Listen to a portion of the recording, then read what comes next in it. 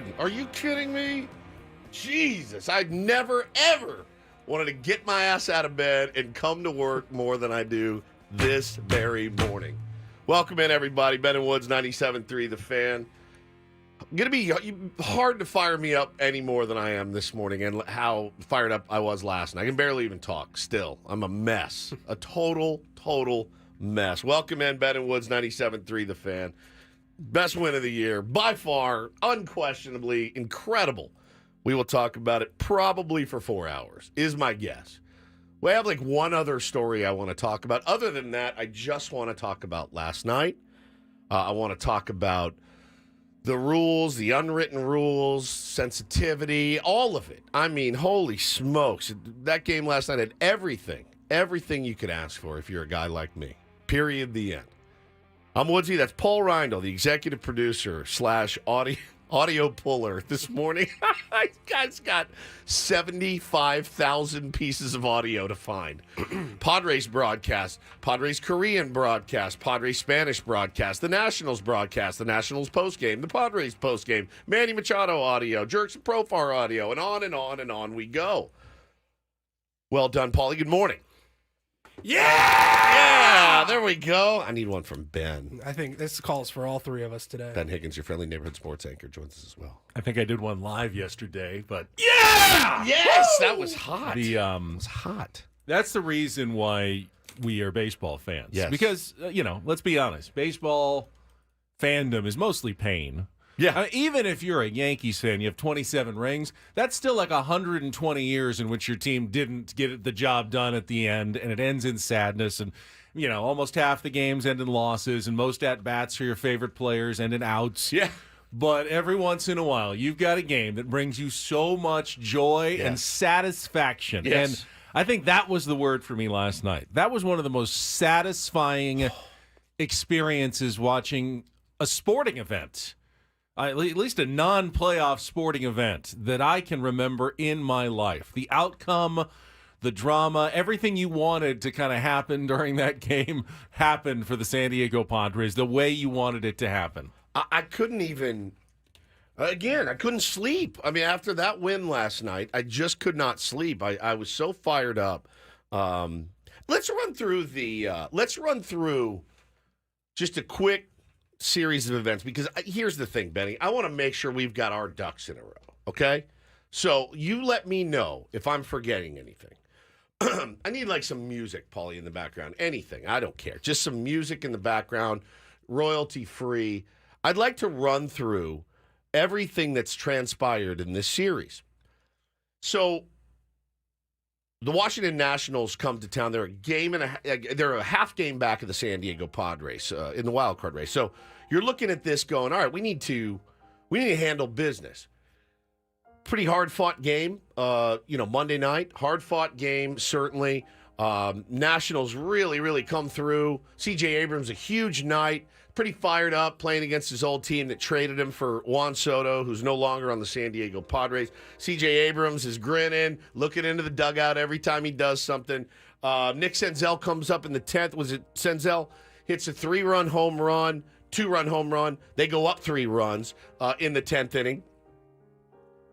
T.J. Abrams climbs over the railing of the dugout. He's cheering. He's beating his chest. All the guys are fired up. Oh, my God, this is unbelievable. We're going to win this game for sure. Nationals closer Hunter Harvey comes in, blows the game, wide open. Jackson Merrill, huge knock, drives in 2. Donovan Solano puts one off the wall. Like, Padres are absolutely rolling.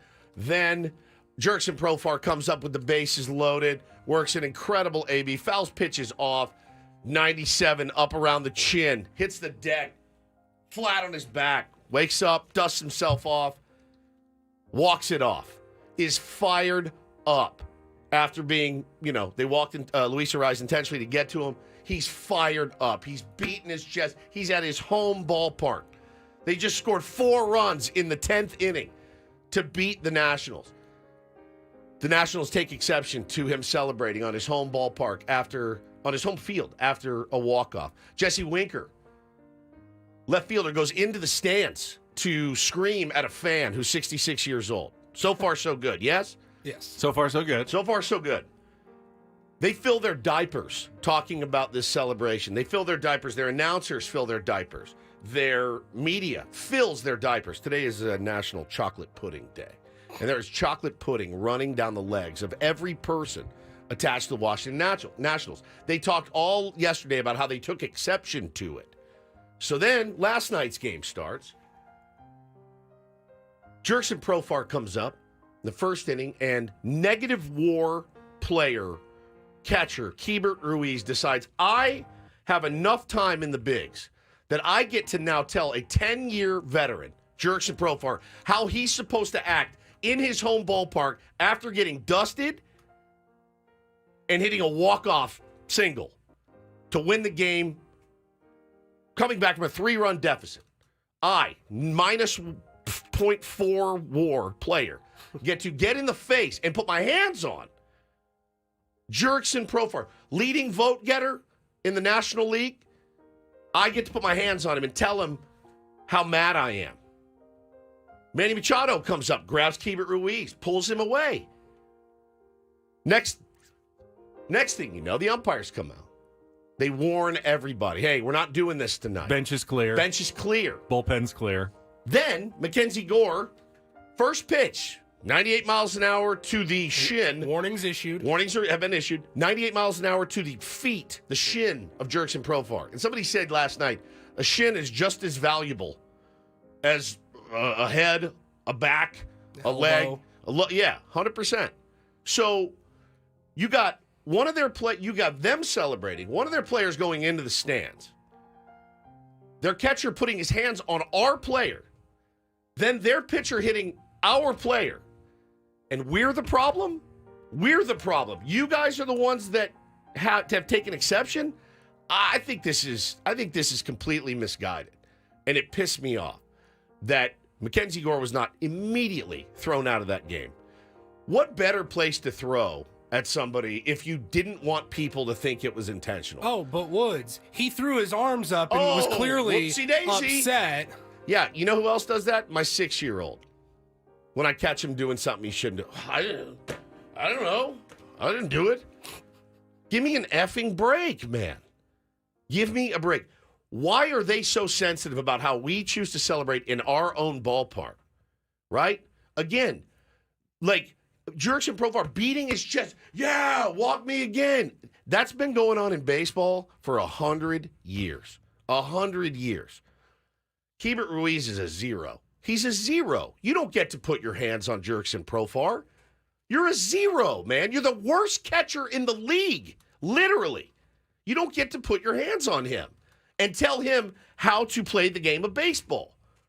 Is there anybody on that roster that would have the right to tell Jurickson Profar, hey, bro, we didn't like that last night. We're not going to hit you. Jurickson said, go ahead and hit me. I don't care. Go ahead.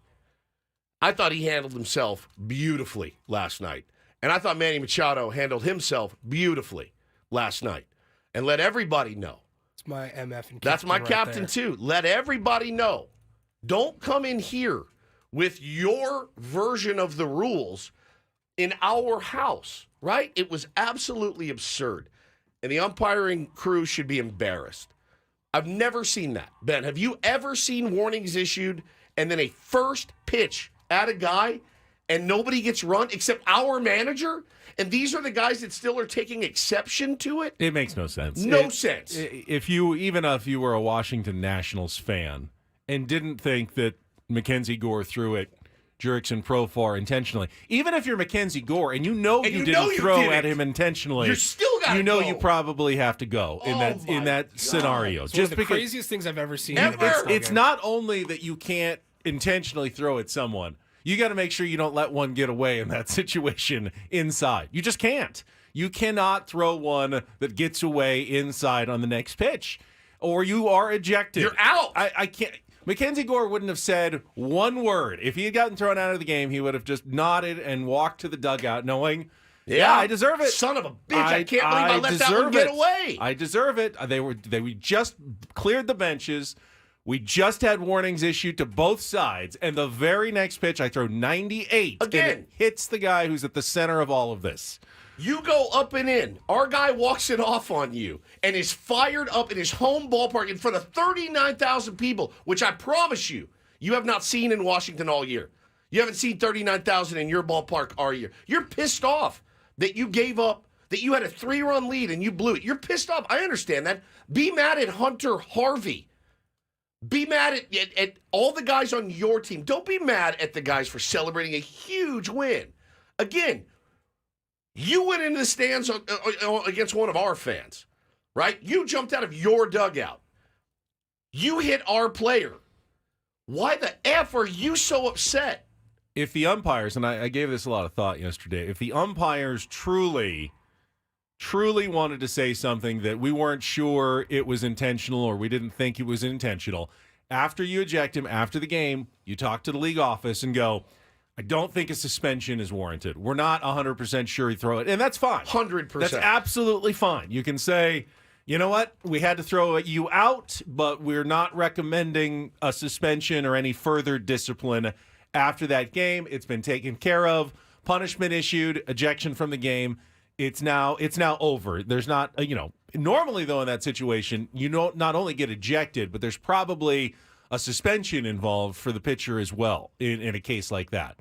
And maybe that wasn't warranted. I can see the argument. No one cares. Where no suspension would be warranted there. I could not care less if he gets suspended or not. I walk in to my living room and I say, if you do this again, you're going to timeout. And my kid does exactly what I just told him not to do. And then I go, just joking. You're kidding me. That umpire, by the way, what is he? He looked like he's 17 years old. He's got no business making those calls there. None whatsoever. And again, you're going to issue warnings after some, verbal stuff. I didn't agree with any of it. And then you're going to run Schilt, and not Davey Martinez. Give me a break. Guys, you have to take into account, too, who's on the mound. Right? Mackenzie Gore is a red ass. Good for him.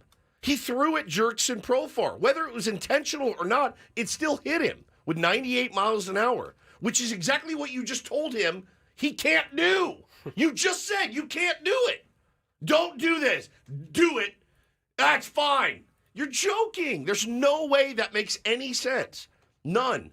And I know, I think even Schilt said, I don't necessarily think it was intentional. It doesn't matter. It does not matter. You cannot do this. Does it? Maybe you can. I guess you can. You've seen guys get tossed after warnings are issued several batters later. Correct. Innings later. Yes. That's why Paulie, issues are warned.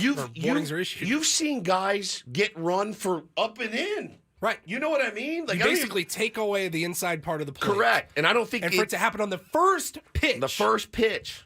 First pitch. Profar didn't jump out of the way and it was close. It effing hit him. Well, and it was 98 miles an hour, dude. And again, a shin is just as valuable as a butt, a back, a hip, an arm, a head, whatever.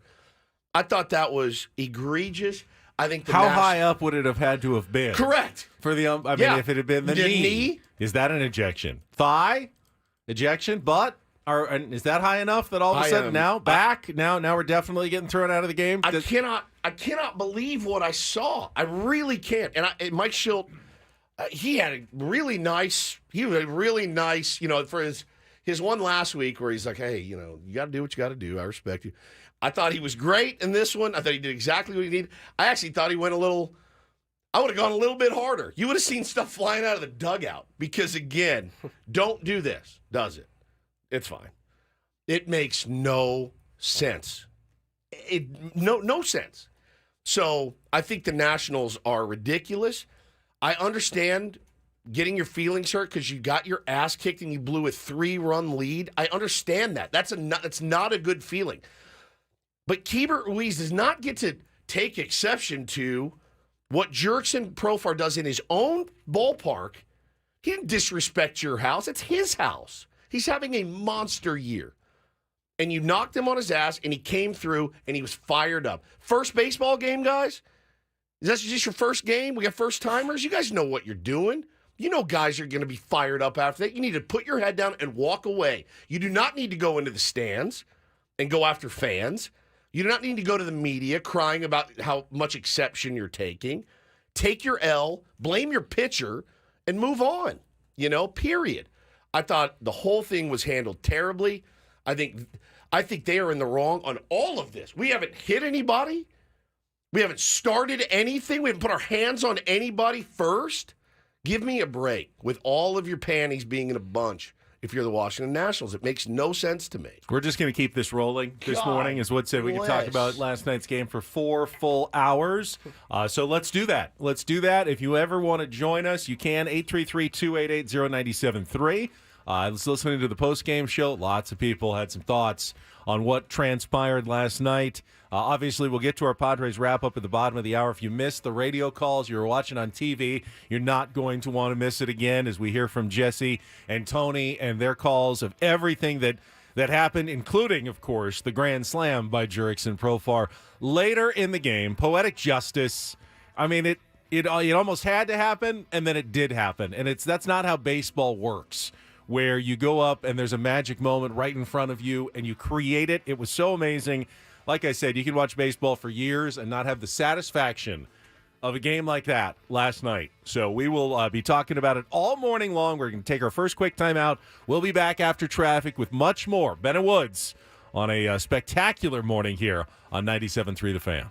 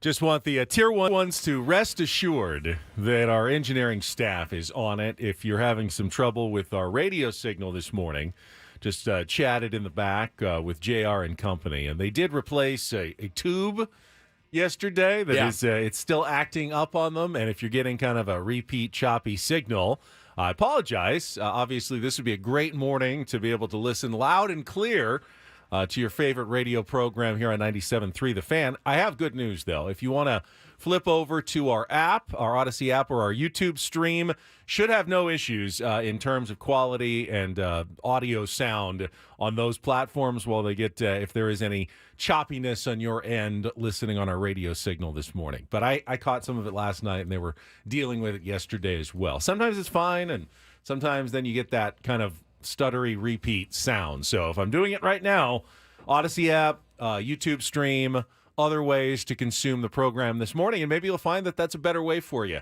in the future. Once you get used to it, a lot of people make that switch and they never go back. They just like to stream it every morning. And to be honest with you, I don't care how you listen. Just listen. No. Yeah, as long as you're getting us inside of you, that's what we want. Yes? Every time. That's exactly what we want. We just want to be inside you.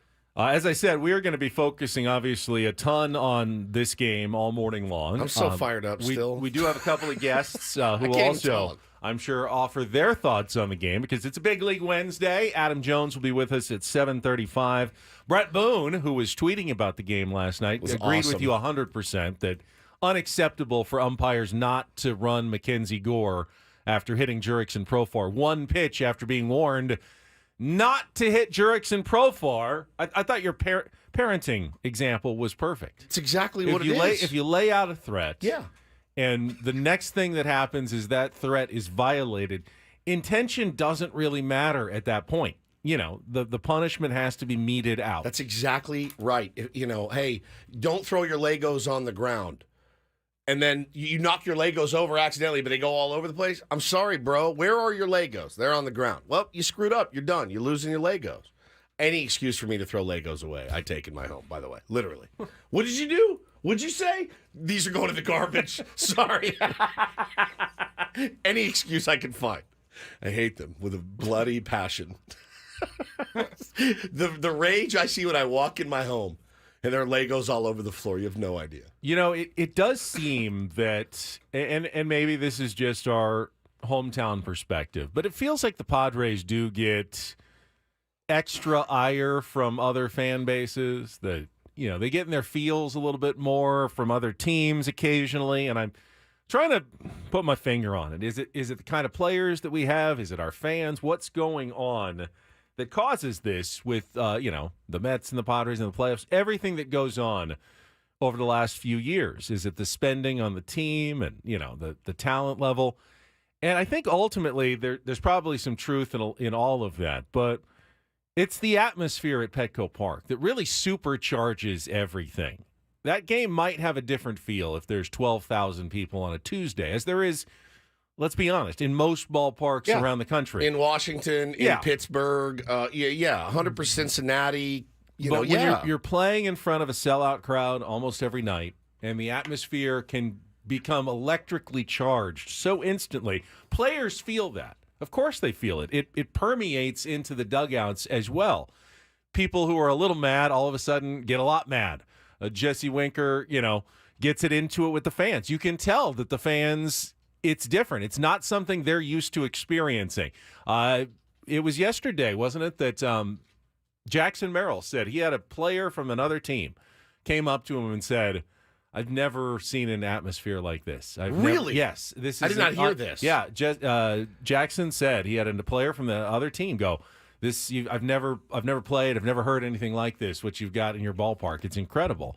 And it's definitely something different for players. When they come to San Diego, they come to Petco Park, they feel the atmosphere here. It just charges things up to a level that they're not used to, at least in the regular season. Felt like a playoff atmosphere in June. Bro, June. I mean, it was against two 500 teams. It felt like a playoff game in June. There's no question. And so did the night before. I'm extremely fired up. And Foul Territory just retweeted the Ruiz thing again. And bro, he is poking him in the chest and put his hand, and Jurickson said after the game, yeah, you can talk, you can't touch. And that's absolutely right. Like, don't come up and poke me. Again, who are you? Who are you? That's a guy, again, with 10 years in the big leagues, Ben. Has he been an MVP candidate every year? No, he has not. But he is an absolute leader of this team, on the field, off the field, whatever. You don't get to poke him, and you need to do it the right. This reminds me of the Lord Baseball days with Justin Verlander. Now, by the way, Justin Verlander, he's got skins on the wall. Keibert Ruiz has none, zero. The only skin he has always is a big league player, which is awesome. That's great. Congratulations. He's rated out as one of the worst catchers in baseball. Yeah. Hear ye, hear ye. From heretofore, you shall not celebrate home runs, walk-off home runs in your own ballpark. It is so decreed by me, Keibert Ruiz.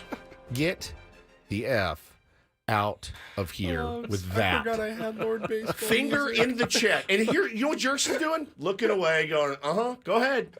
Bro, when Manny came he's got to be thinking, do you want me to slug you in the face right now? I mean, and give Jurickson some credit. He said, I just want to play baseball. I want to play baseball, dude. I just want to play baseball, but I was fired up last night. Hell yeah. You can't touch. Dude. I immediately, when he had his hand going, that my first thought was, that's not okay. That's not okay, dude. For Ruiz to be touching Jurickson Profar right now. That's not okay. Well, our own Annie Heilbrunn was there last night, and she posted all the video of Profar standing in his locker after the game. We've got all of that coming up for you at some point this morning. Well, and first, we've got what Paulie says, understandably, is our longest Padres wrap-up of the season. So if you didn't get the radio calls from Jesse and Tony, I've heard most of them, but not all of them. I'm looking very forward to it. I want them again. We will get to that coming up next. Do not go anywhere.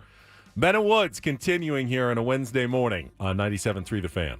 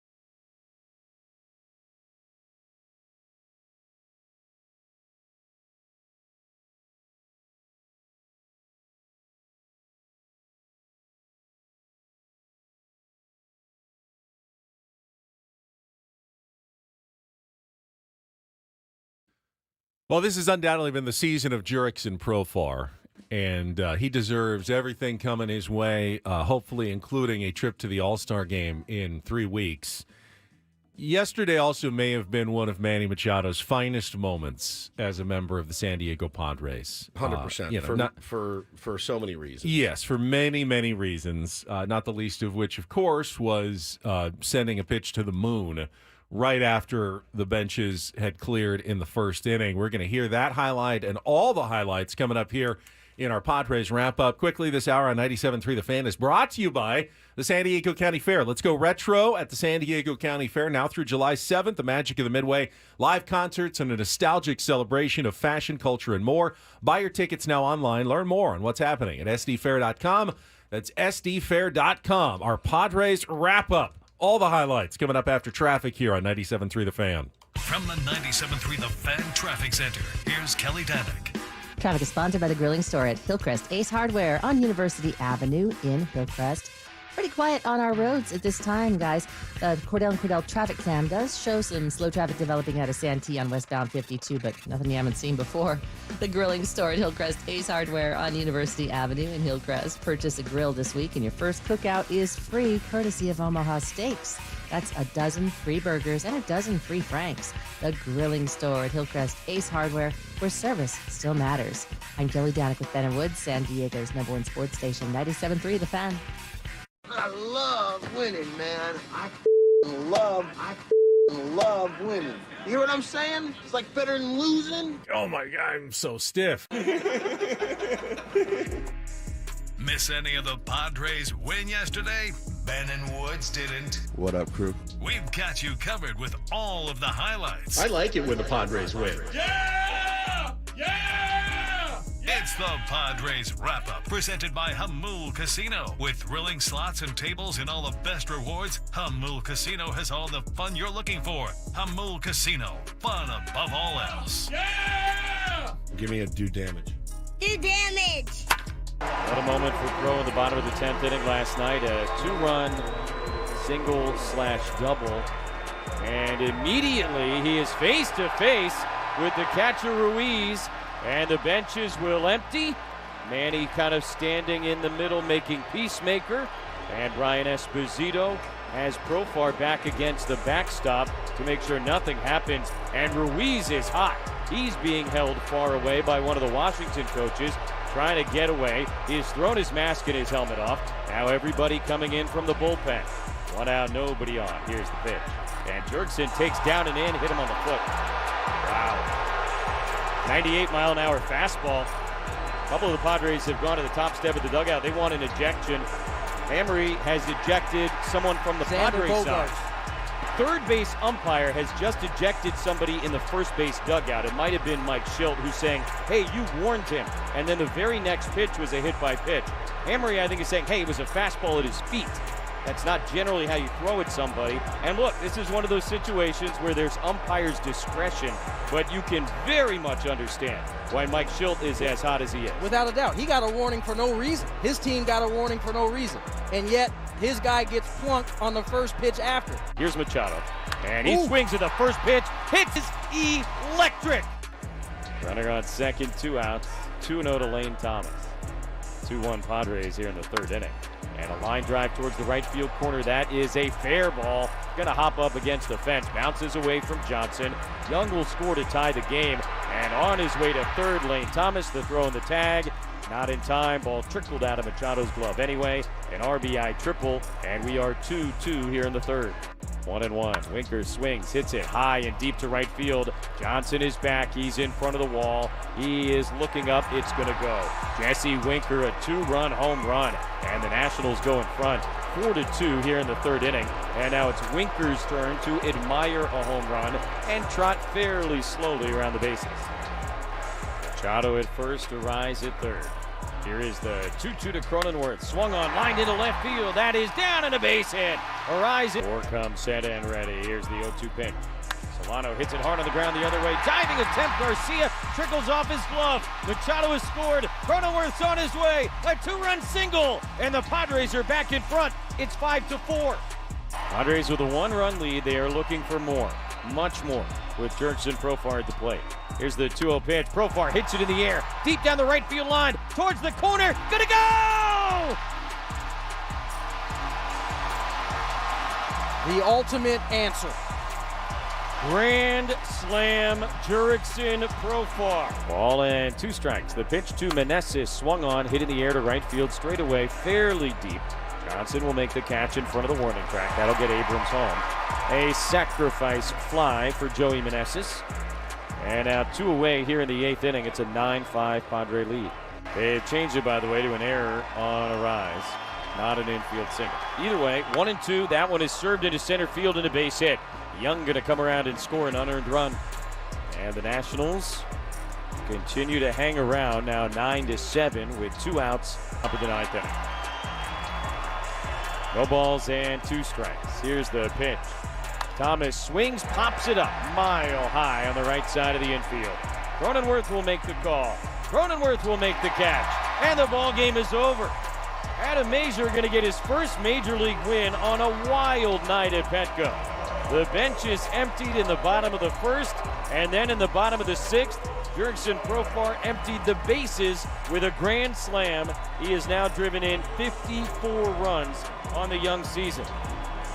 Padres 9, Nationals 7. Just how the baseball gods see it, you know. I mean, the baseball gods are great. That's why they're up there. You gotta stay humble, handle situations right, and they pay you right. And look what happened, you know.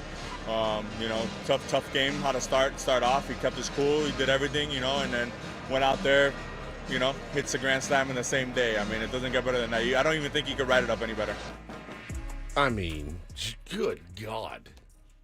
This is like the highest drama ever. I mean, it was just a perfect game last night. Yeah, I got a little close at the end. Luis Ariz botched that ball at first base, almost threw up in my hands. It was a spectacular play by Kimmy. Spectacular. Should have ended the game. Didn't short hop or anything. Just boxed it. It happens. It's terrible, but it did happen. Just an awesome night. Awesome couple of nights at Petco Park, Benny. It's as Manny said, sometimes the baseball gods, the karma doesn't pay off the way you hope it will, but it certainly did last night. Felt very fitting, everything that happened for the Padres and how that game played out in victory. Buddy, I'm driving home from Frozen Ropes with Bo, and I'm listening to the game, and I'm trying to listen to the game, and I'm like, when Mazur gave it up, you know, we're now down, the feeling I had was such a feeling of disappointment and like, thanks for sucking all the wind out of the entire city's sails. I mean, it was just like, you know what I mean? It's like your mother-in-law walking in on you or something. Truly. Like, it was just like all the wind went out of your sails, and you're like, this is not good. And then by the time I got home, I thought, we're not losing this game. There's no way we lose this game. There's just no chance. And Donovan Solano's knock was just spectacular. Manny working that walk there. It was great. It was a great game last night. So many unsung heroes. And I guess, you know, you do have to give credit for Adam Mazur. Pitched well enough to get a win. His offense certainly picked him up last night, which is not something we've seen the Padres do a lot. We've seen some really nice comebacks, but, you know, picking a guy up almost immediately when he's down was great. Going out and scoring 5 runs against a pretty tough left-hander, which has been your bugaboo this season, was spectacular as well. It ended the streak. It had been 23 consecutive lefties who had held the Padres to 3 runs or fewer, and I think 17 of them had held them to 1 run or fewer, but they got 5 in 5 innings off Mackenzie Gore. First time since April 24th that they've actually gone out and put together some significant offense against a left-handed starter. So they needed that really badly. It feels like nitpicking to be mad at Adam Mazur. As you said, he bounced back, got his first big league win, did not strike out anybody. No. It's going to be hard to have success at the big league level if you can't get some more swing and miss. For sure. Miss some more bats. In fact, that was another crazy element of last night's game. Padres didn't strike out a National until Robert Suarez got 1. In the 9th inning, yeah, man. 1 strikeout the entire game. The Nationals, I think, only struck out 4 batters the entire game. So you had balls in play all night long last night between those two teams. You know, we always sit in here and say, "Oh, you got to pitch to contact," and then when they pitch to contact, we're like, "You got to strike more guys out." Needs to be a mix. Certainly, you have to know that you have it in you to miss bats, but you can certainly be effective pitching to contact, especially with a defense like you got behind you in Manny Machado and Ha-Seong Kim and Jake Cronenworth at second. Luis Arias played a pretty good first base until that boxed yesterday. So hey, listen, man, that was a massive, massive win for this team, and again puts the Nationals, just a little bit more behind you. Again, it didn't feel to me like two mid-level teams, when in fact their records say that they are. But the NL's been so wonky this year. These teams are fighting for positioning. They're fighting for head-to-head because you never know how the season's going to work out. Saw a lot of people early in the game, like Tier 1 Ryan Cohen tweeting, you have to win this game. You have to. You have to win this game. You have to win it, man. And I commented and I said, well, certainly one of these two teams has taken a kick to the groin at the end of the night. Yeah, Neither question. of these teams wants to lose this game. It's going to be extra painful if you lose tonight's game. And the Padres ended up being the team that didn't have to suffer that added dose of humiliation of losing a game with such an electrically charged atmosphere. Now, I don't know.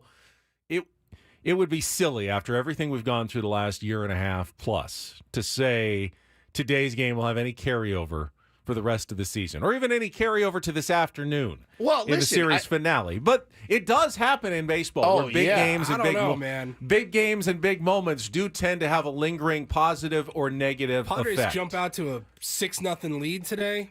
I wouldn't be surprised if you see some more tempers fly. Well, not simply in the emotional, but would you expect the Padres to go on a run now where they win 15 of 18 games or something like that based on the emotion? Maybe. It does happen in baseball where a big win sparks something bigger. It just, at the San Diego Padres, it hasn't necessarily been that way for the last couple of years, so I'm not going to get ahead of myself and go, this was the turning point. This was the moment we're going to look back and circle and go, when we're talking, in October, hey, it was that June 25th game against the Nationals that really set them on their course the rest of the way. We can't do it. We cannot do it. Refrain from going that direction. You have to. You have to, because they now it would be so lovely in 3 weeks to look back and say, what a freaking run these guys just went on. And obviously we now know what the catalyst for it was.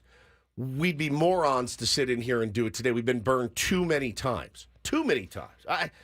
The turning points, there were 10 of them last year. I thought, there's a turning point. Too many.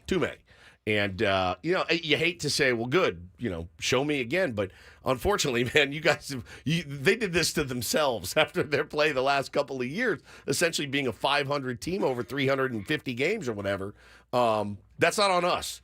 That's not on us. But I think it's a really smart and wise decision to not say, this is it.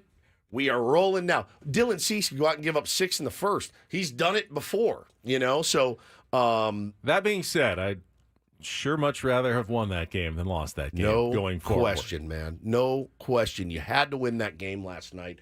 Credit to all the guys that came through last night to make sure that one did not get away, because the emotions, again, I don't know how you call this season anything other than a roller coaster. It is like the biggest, gnarliest roller coaster that I've ever been on. The games are roller coasters within the roller coaster. It's a roller coaster within the roller coaster. It's like that Taco Bell taco that's actually in another taco.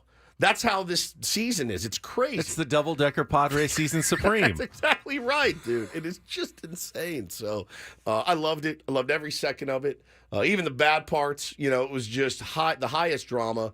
Was so happy for Manny to get that knock. One of his top 3 moments as a San Diego Padre, if not number 1. Essentially having his teammates back there, grabbing Ruiz, with some force and not putting up with that, and then to follow it up on the next pitch with a tank. Electric. I saw some people asking, where are all the other calls of that Manny home run? The Spanish language, the Korean language, the Nationals call, Don Orsillo's call. And I'm sorry we weren't able to compile any of those this morning. We just had a lot of other things on our minds, and we didn't get to it, so we apologize. We have all day, buddy. Oh, no, wait. Next segment, Paulie says, coming up right here at the top of the hour. We got him. We will get all of those calls of the Manny Machado statement home run, and then we'll play some Take on Woods. Coming up next, don't go away. San Diego's #1 sports station, 97.3 The Fan.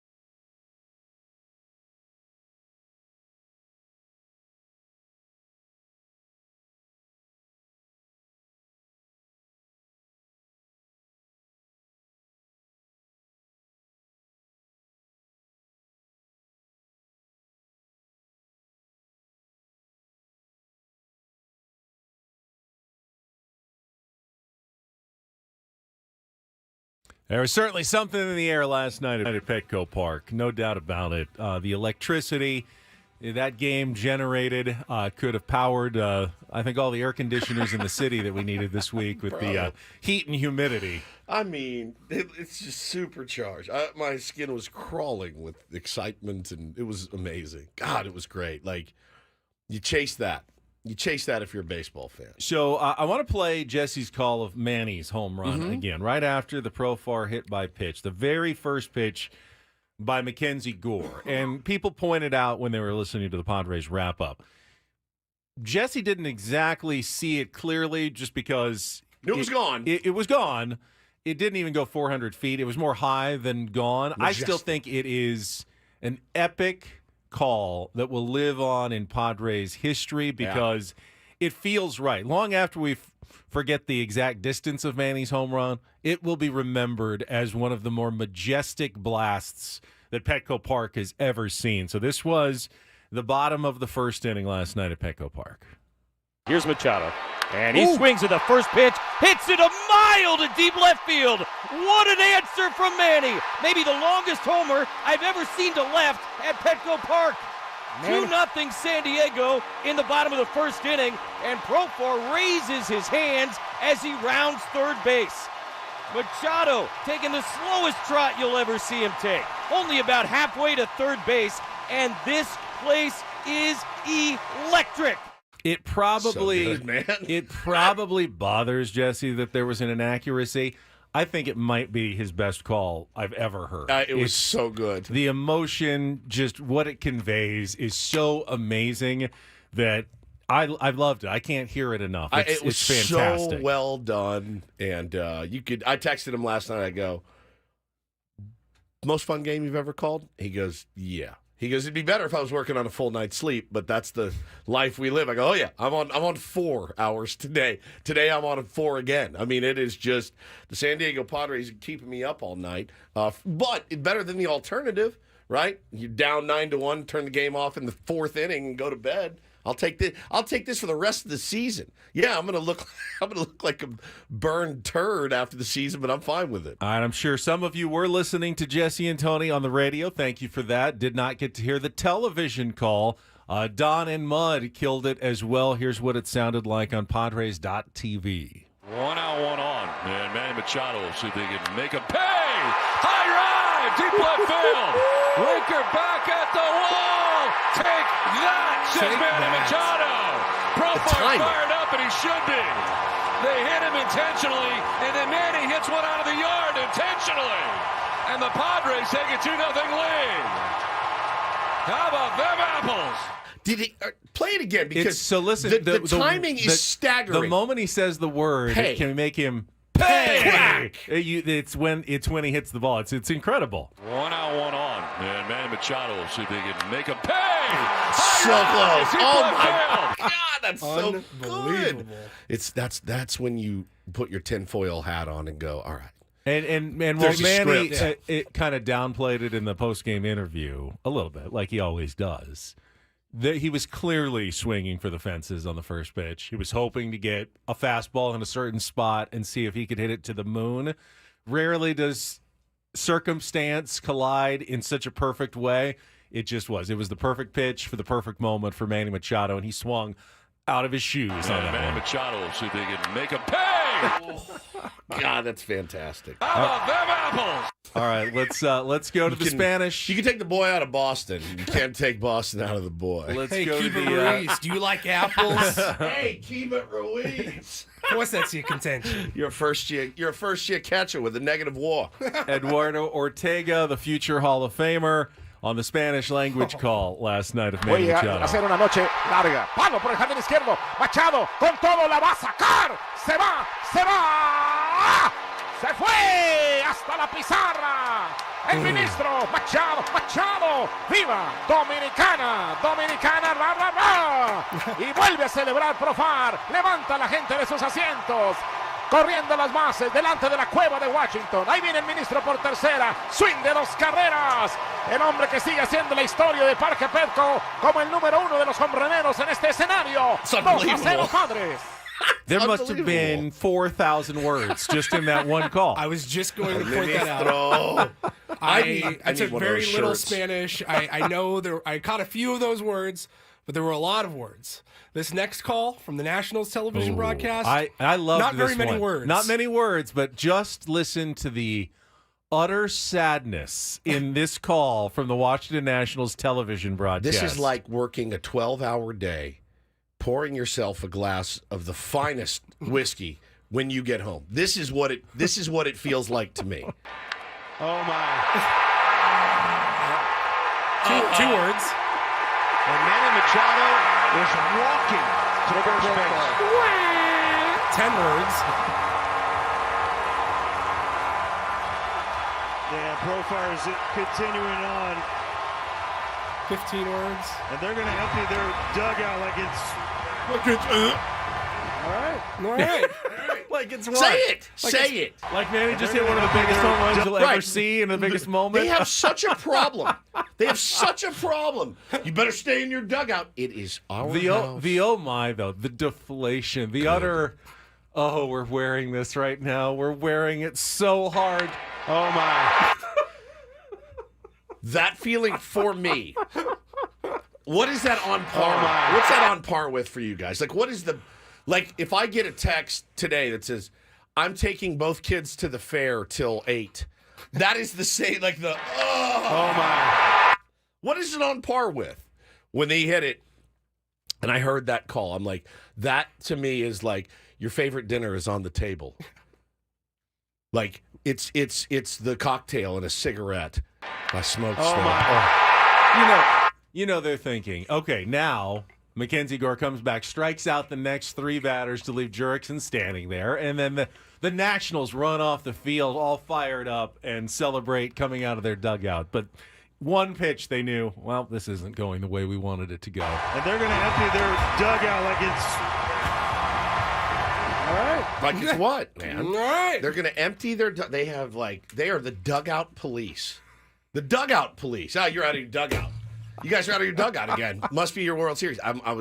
That guy Grant Paulson it was tweeted into my feed 7,000 times.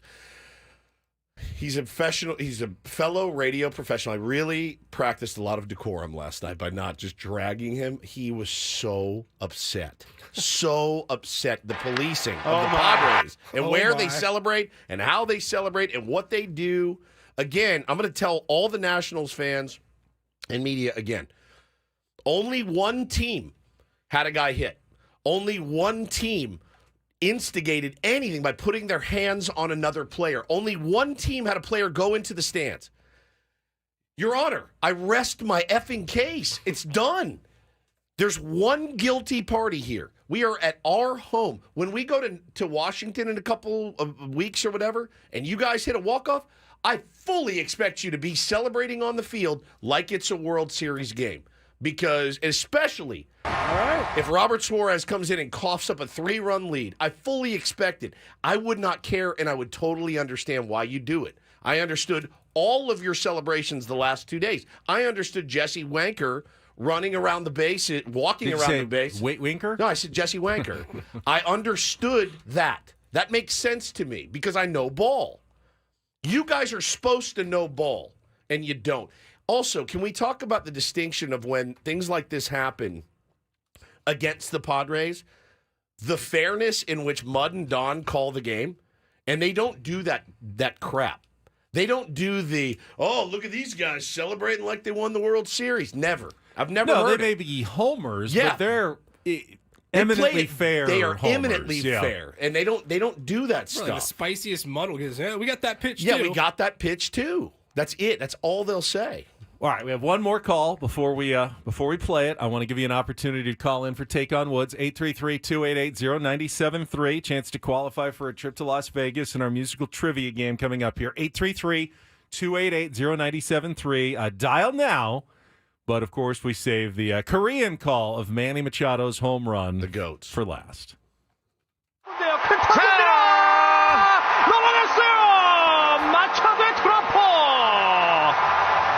매니 마차도가 응징을 하고 있습니다. 2대0 2점 차. 자, 이 슈퍼스타는요. So good. So I think I like the Nationals TV call the best, actually. Oh, my. That one, people say that needs to go into the tournament of drops next year. That's like that plum whiskey I have at home that I save for very special occasions. Just it makes your whole body feel warm, and it's delicious. I'll give you guys one more Korean call about Profar's Grand Slam. All right, let's hear that one, too. 삼국지 잘 맞췄습니다. 오른쪽. 조릭슨 프로파 그랜드 슬램. Grand Slam, I love it. 프로파 이틀에서 와 소름 돋네요. 워싱턴에게 재앙을 선사하는 주릭슨 프로파입니다. 통산 네 번째 그랜드슬램 9대4까지 벌어지고 있습니다. Yeah, I think they actually nailed that one better than the Manny home run this time. That was terrific. 조릭슨 프로파 그랜드슬램. Incredible. All right. I'm tired now. That was very entertaining. I feel like This might be a good time to get you on Take on Woods after all of that. But let's get to it. It's time to play our game.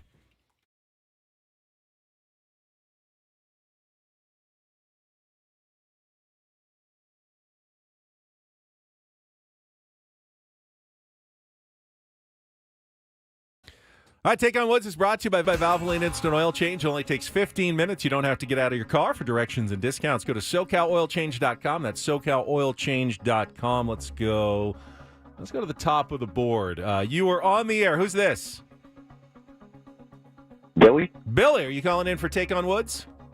Yes, I am. All right, you are our contestant today. Good luck. If you can beat or tie Woods in our 5 questions, you'll qualify for our grand prize drawing 2-night stay at the Fontainebleau Las Vegas, tickets to either Hootie and the Blowfish or Smashing Pumpkins, and a $150 poolside dining credit. Summer room packages, tickets available now at FontainebleauLasVegas.com. You get to pick our category. We've got It's Not False, the opposite of false, taking place in all of those answers. Keep the Change, song titles and artists that include a type of coin. And You're Making Me Crazy. Those are 5 song titles that include the word crazy. So It's Not False, Keep the Change, or You're Making Me Crazy. Billy, what would you like to play? It's Not False. It's not false. All right, this one's been sitting there for a while. All right, you'll let you figure out today's category as we go, but it's pretty simple, and the rules are the same as always. 60 seconds. If you don't know an answer, say pass. We'll come back to it if there's time left on the clock. First question's the 2-second song. Paul, I'm going to play you some music. You need to give me the title and the artist to score that point, and we'll go on from there. Billy, you ready to play? Ready. All right. Paul, you up for it? I'm All right, ready. here we go. Category, remember, it's not false. Your time begins when Paul plays the music. 60 seconds on the clock. Good luck, Billy. Let's take on Woods. Spandau Ballet. Correct. Which 1986 hit by Cyndi Lauper has become an anthem for the LGBTQ community due to its message about being yourself. True Colors. Correct. Hall & Oates sing, What I Want, You've Got, and it might be hard to handle, like a flame that burns the candle, at the start of which peppy 1981 hit. Pass. Which title track from Madonna's best-selling 3rd album is dedicated to her then-husband, Sean Penn? True Blue. Correct. It wasn't 1986's Bizarre Love Triangle, but which 1987 song that became the first top 100 hit in the United States for the English band New Order? True Love Waves. Incorrect. Hall & Oates sing, What You Want, You've Got, What I Want, You've Got, and it might be hard to handle, like a flame that burns the candle, at the start of which peppy 1981 hit. You Make My Dreams Come True. You did. You got 4 out of 5, and a very good score, Billy. Congratulations. The only one you missed was True Faith by Bizarre Love Triangle, but you got the other ones. True, Spandau Ballet, True Colors, You Make My Dreams Come True, and True Blue. So hang on the line. Woodsy's going to come back in and get the same 5 questions. Obviously, the word true was key in all those answers. All right, Woods is back in. He did not get to hear the first part of our game. Billy's score is locked in. Let's put 60 seconds back on the clock for the trip to Las Vegas. Your time begins when Paul plays the music. Good luck, Woods. Let's take on Billy. It's True by Spandau Ballet. Correct. Which 1986 hit by Cyndi Lauper has become an anthem for the LGBTQ community due to its message about being yourself. Time After Time? Incorrect. No, Hall crap. & Oates sing what I Want You've Got, and it might be hard to handle, like a flame that burns the candle, at the start of which peppy 1981 hit. Oh, God. Oh, I'm choking. Go, pass. Which title track from Madonna's best-selling third album You Make My Dreams Come True. Correct. Hall & Which Oates. title track from Madonna's best-selling third album is dedicated True to Blue. Correct. It wasn't 1986's Bizarre Love Triangle, but which 1987 song that became the first top 100 hit in the United States for the English band New Order? True Faith. All right, that's 4, which is a tie. So, Billy, congratulations. Woo. Yeah. True Colors, of course. True Colors. Was Idiot. the category was It's Not False, all songs with true in the title. So, Billy, hang on the line. Very clever, You have Benjamin. qualified for the trip to Las Vegas. Paulie will get your information during the break. One little slip-up is all it took. And Billy jumped in there with a very well-played game of Take on Woods. Billy, don't lose that number. It's Ricky, don't lose that number. It's Ricky. Billy, lose don't that be a number. hero. You don't like Steely Dan that much, though. Not even that much. All right, so don't Fire them into the sun. If we take a brief timeout from talking about last night's game, we do need to get to a don't do this moment from yesterday. Guys, what in the world is going on in college baseball? I don't ever want to hear somebody never judge athletes. You can't do it for jumping in the transfer portal. 100%. Don't talk to me about loyalty. That is coming up next. We'll be back after a check of traffic here on 97.3 The Fan.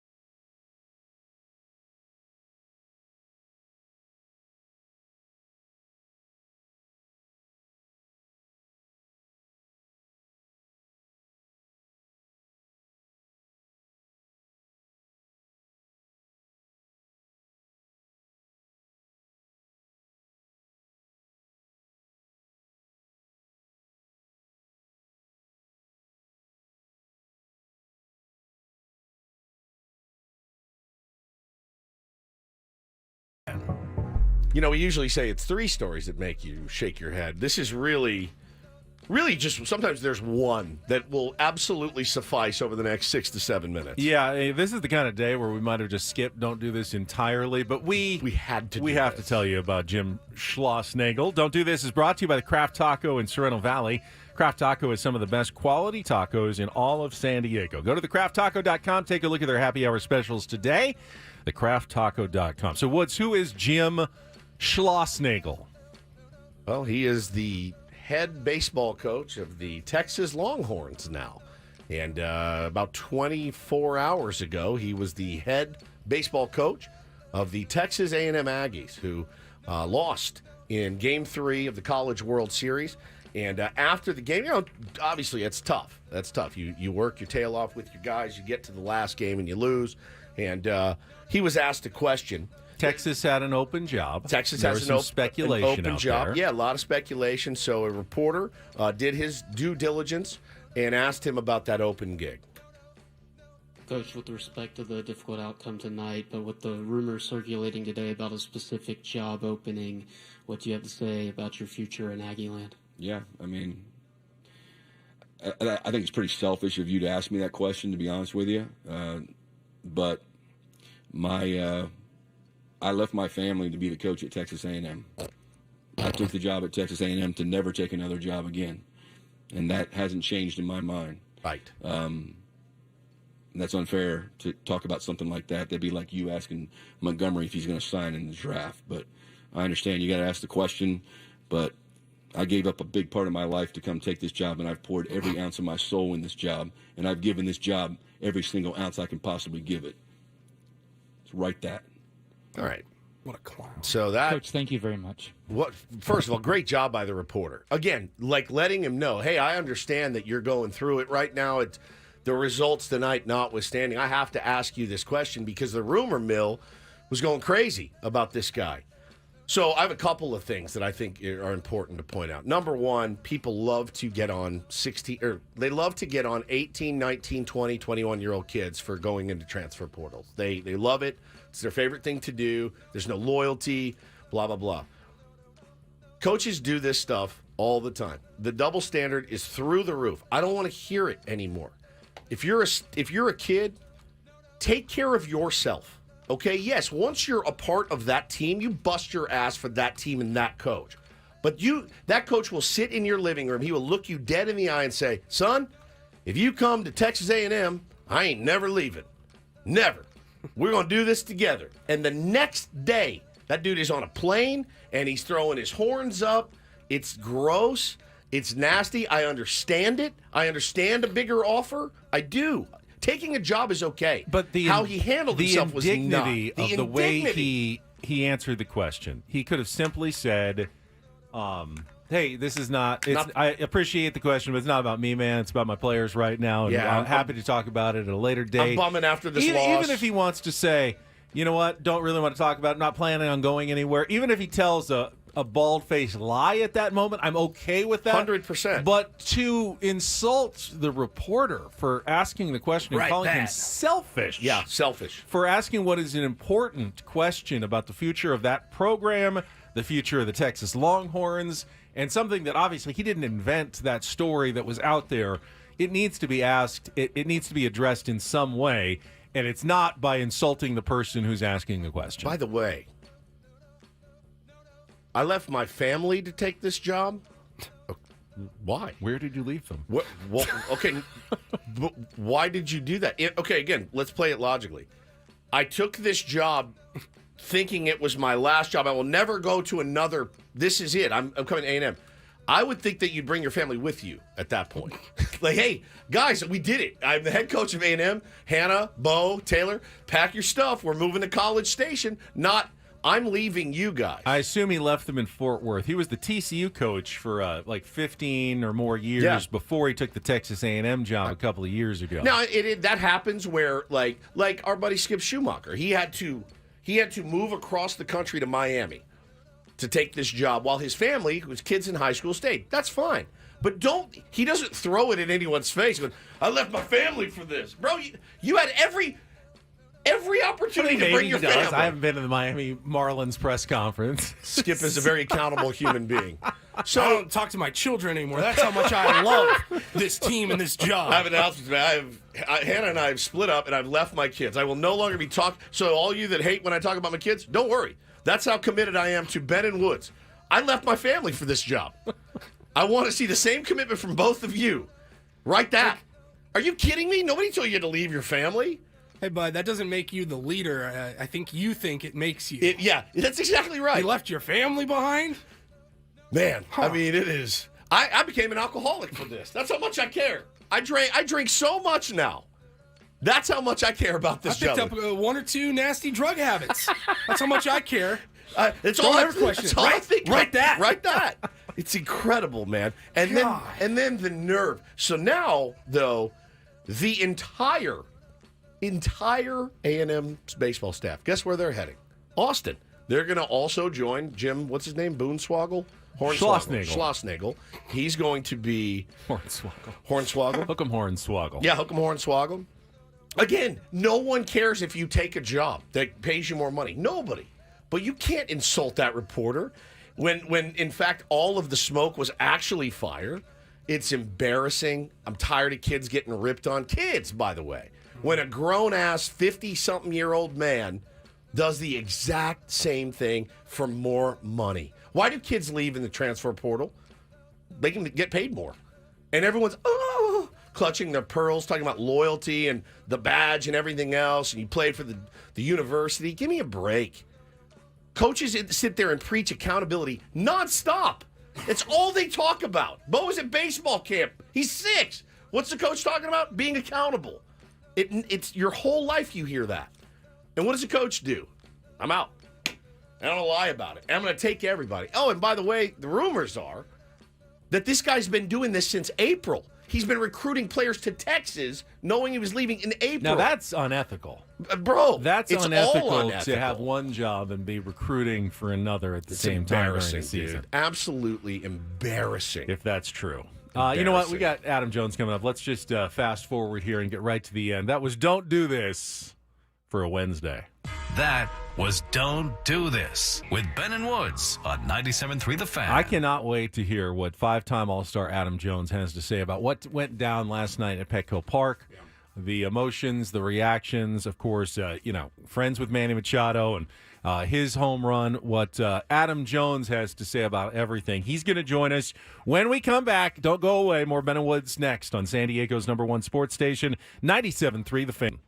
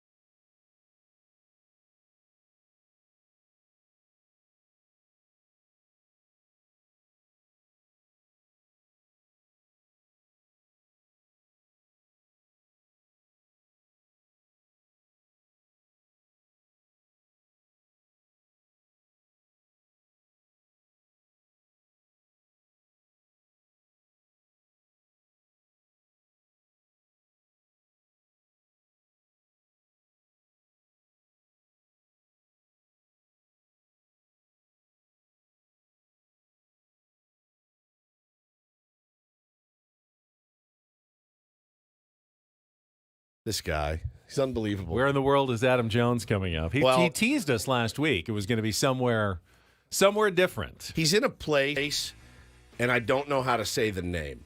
And I hear it a bunch of different ways, so I don't even want to say it. Well, we'll let him tell us in just a moment. I did see this stat. I wanted to get to it quickly because it blows my mind. The last 6 times Jurickson Profar has come up with the bases loaded. Come on. Here's what he's done.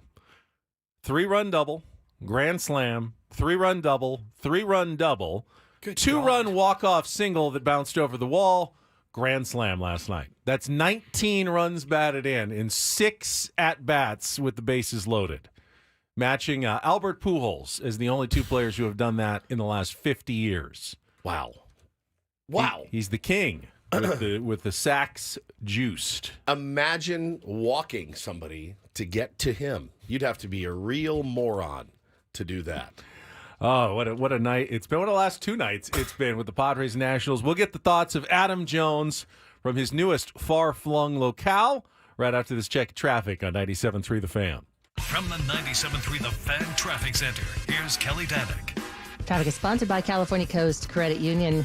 Got a crash on southbound 805 before Claremont Mesa Boulevard. Car and pickup truck involved. They're over to the right shoulder. And on the coastline, northbound 5 before Palomar Airport Road. There is a collision. Looks like several vehicles involved in this one. Appears to be blocking the 3 right lanes. Get 9.5% APY rate on a 5-month certificate for a limited time at Cal Coast Credit Union. We celebrate 95 years in the community. $500 minimum balance. Restrictions apply. Insured by NCUA. I'm Kelly Danick with Ben & Wood, San Diego's #1 sports station, 97.3 The Fan.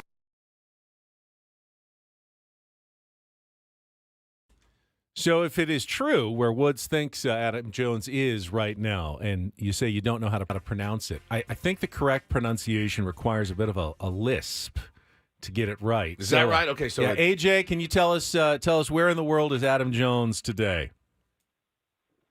I'll say Ibiza. The people over here say Ibiza. Ibiza. Again, like you have.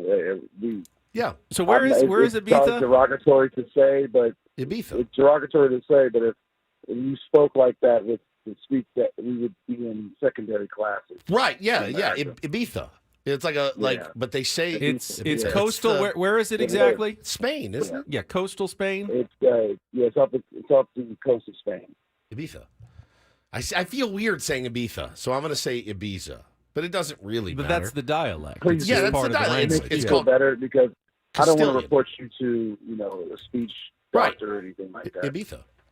Well, it's good to hear from you. What a couple of nights it's been out at Petco Park, AJ. Hopefully you've gotten a chance to see this. This was insane. Yes, the last couple nights, and I kind of take exception with the Nationals taking exception, as you can probably imagine, being the homer that I am. But I kind of am under the impression of when you get dusted 97 up around the head, and then you hit a walk-off, you've earned a little bit of chest beating if you're Jurickson Profar, and they really took exception to it. I thought kind of cooler heads would prevail after 24 hours.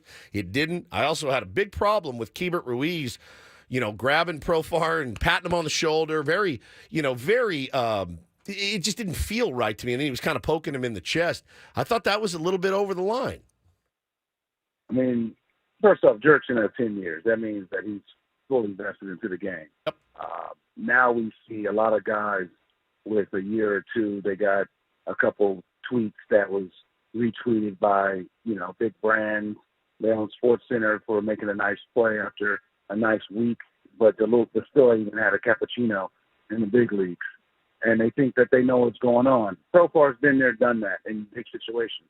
Therefore, he can toot his horn a little bit different. It's not a problem, but it's like, people ain't earning their stripes in baseball these days. You know what I mean? You ain't earned the right to pimp a ball. I didn't get to pimp a ball personally until I hit my 100. These guys now pimp their first. They pimp their sixth. So the ball just got out. You might be optioned if you have a bad week. Relax, be easy. But no, I like it. I think it's good for baseball, especially like we talk about the Nationals and the Padres. It's not a rivalry by any stretch of imagination, no. But they just created 2 years ago one of the biggest trades in baseball history. Yep. So therefore, there is a common denominator with each other. You got Mackenzie Gore throwing last night.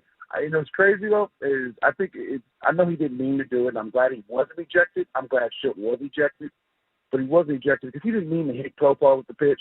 I mean, coming off the warnings, he didn't mean to hit him with that. Catcher was set up away. You know, he didn't mean to me. He didn't mean to hit him. Why the hell would you hit a guy in the foot? But then Manny coming back with the home run, the crowd going crazy. Like, that's baseball. That's what we got Abrams still swinging the bat good against his old team again.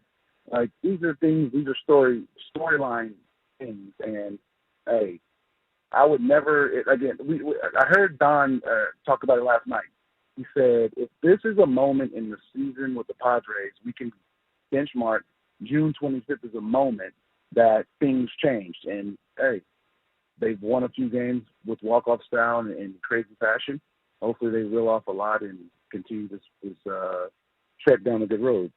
See, now, Adam, I agree, and Mike Schilt agreed with you, that we didn't necessarily think that Mackenzie Gore was throwing at Jurickson Profar based on where the pitch was. But I disagree in the fact that when you get a warning and the very next pitch is 98 and hits the guy, to me, it doesn't really matter where it is. Yeah. You got to be ejected from the game. I'm not saying you get suspended or anything, but I feel like you got to go in that sense. You do, but you don't. I like it. I mean, there's the old clip of Grandy Johnson throwing a slider at Kenny Lofton's head. Lofton doesn't like it. Yep. Next pitch, like bench is cleared. Next pitch was 97 at his head. Yeah. Now that right there, that's talking about it. I don't personally go or meant to throw at him. But again, once the warnings are thrown, the guy gets hit with the next pitch. It wasn't 3 innings later on a slider. It was the next pitch at 98. So I do get that. But if you're watching the game, and I like how the umpires were controlling the game. They was like the catcher wasn't set up inside. It wasn't up and in. It was a fastball that he pulled, and they called it what they called it. I do like Schilt getting tossed because again, the rules are the rules. They gave a warning, and we don't have a warning. We don't even get a chance. And we all know, again, the manager gets tossed. They're in the tunnel right there, still managing it. Yeah, we were going to ask you about that. So here, when he gets tossed, I mean, he doesn't have to. Obviously, he's not going to go get in his car and drive home and listen to the game on the radio and get his Chipotle bowl and sit in front of the TV. We know that. Is he down in the tunnel going, get Suarez up? I mean, is it that obvious? I mean, if you look at the bench coach who just took over, look at how many times a player or somebody just goes and comes out in the clubhouse and just relays the message. That's great. I mean, again, he's not a suspended player, so he does not have to leave the premises before the game is called. So, you know, he's just not the face making the decisions on the field, but always the manager's always there. They're always there. And it's been high drama. I mean, really, like, it's crazy. And I agree with Ben. I get what you're saying too. But if you walk into 7-Eleven today in Ibiza and you grab a Snickers and forget to pay for it, they still can arrest you for shoplifting, even though you had no intent of shoplifting. Like, hey, bro, you got the Snickers in your pocket, man. You're going in. You're paying your fine and you're going in. And we both kind of said, hey, if they didn't, if they threw him out of the game but didn't fine him or suspend him, I don't think anybody would have had a problem with it. Just it's wild. And I know Davey Martinez is an old school guy. I know that, and I'm sure it's filtered down to his team. Jesse Winker is an old school guy. I get it. I totally get it. But it's not like those dudes didn't celebrate big moments too. And it's just really weird to me when somebody becomes the dugout police in somebody else's home ballpark. Like when you played at Camden Yards and you hit a walk off, my man, you can do whatever you want. It's your house, right? 100%. When it said your house, go home. The other team just go home.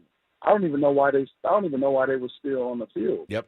Like when you get walked off and it's not the playoffs and it's not the last game where you're eliminated. Like I remember getting eliminated from the playoffs and I stayed on the field because this is the end of the season. It's over with. I've been walked off many times. I walked my ass off the field and I got mad, opened up a beer, and was ready for the next day. Like, go do that. Like, there's no point in you standing on the damn field and saying like, "Oh, yeah, what are you standing around for?" Like, it's June. This is not. It's not late September, and it's not the playoffs. So a walk off is a walk off. Like you cannot. That's one thing. It doesn't matter how you pimp a walk-off or whatever. It's a walk-off. Come on. Celebrate the situation. And I get there's these, you saw them dugout police, and there's older players that are now trying to police the game. Yeah. Pseudo because they can't get a damn job within the game. Like, dude, hey, look, the game is evolving. I'm sorry. It is what it is.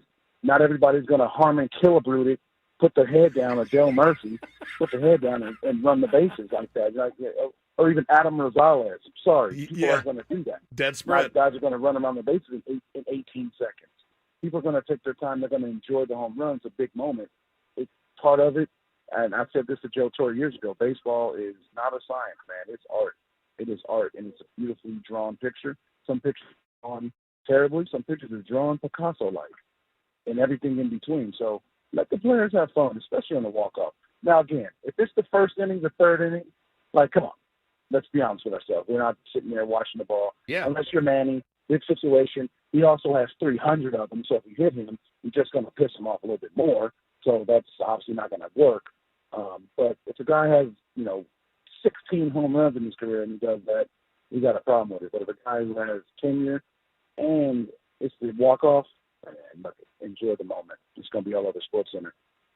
Talking to Adam Jones, 5-time All-Star, is with us, and obviously teammate of Manny Machado. And I want to ask you about the Manny home run specifically, because we know Manny generally knows it's a long season, downplays things for the most part.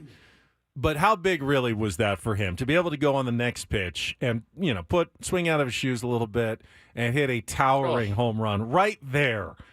He's not downplaying that one in the clubhouse, right? That one's a special moment for all those players. I mean, I've watched him come up in some really big situations after either being thrown at or other guys being thrown at. Crowd going crazy, stand steals, all different things. And he's, for some odd reason, loves the dramatic. He has a flair for it. And that's a perfect situation. I was watching it last night, early this morning, I should say, here. And I'm just like, he's going to jump over this first pitch. And I know Gore's going to attack.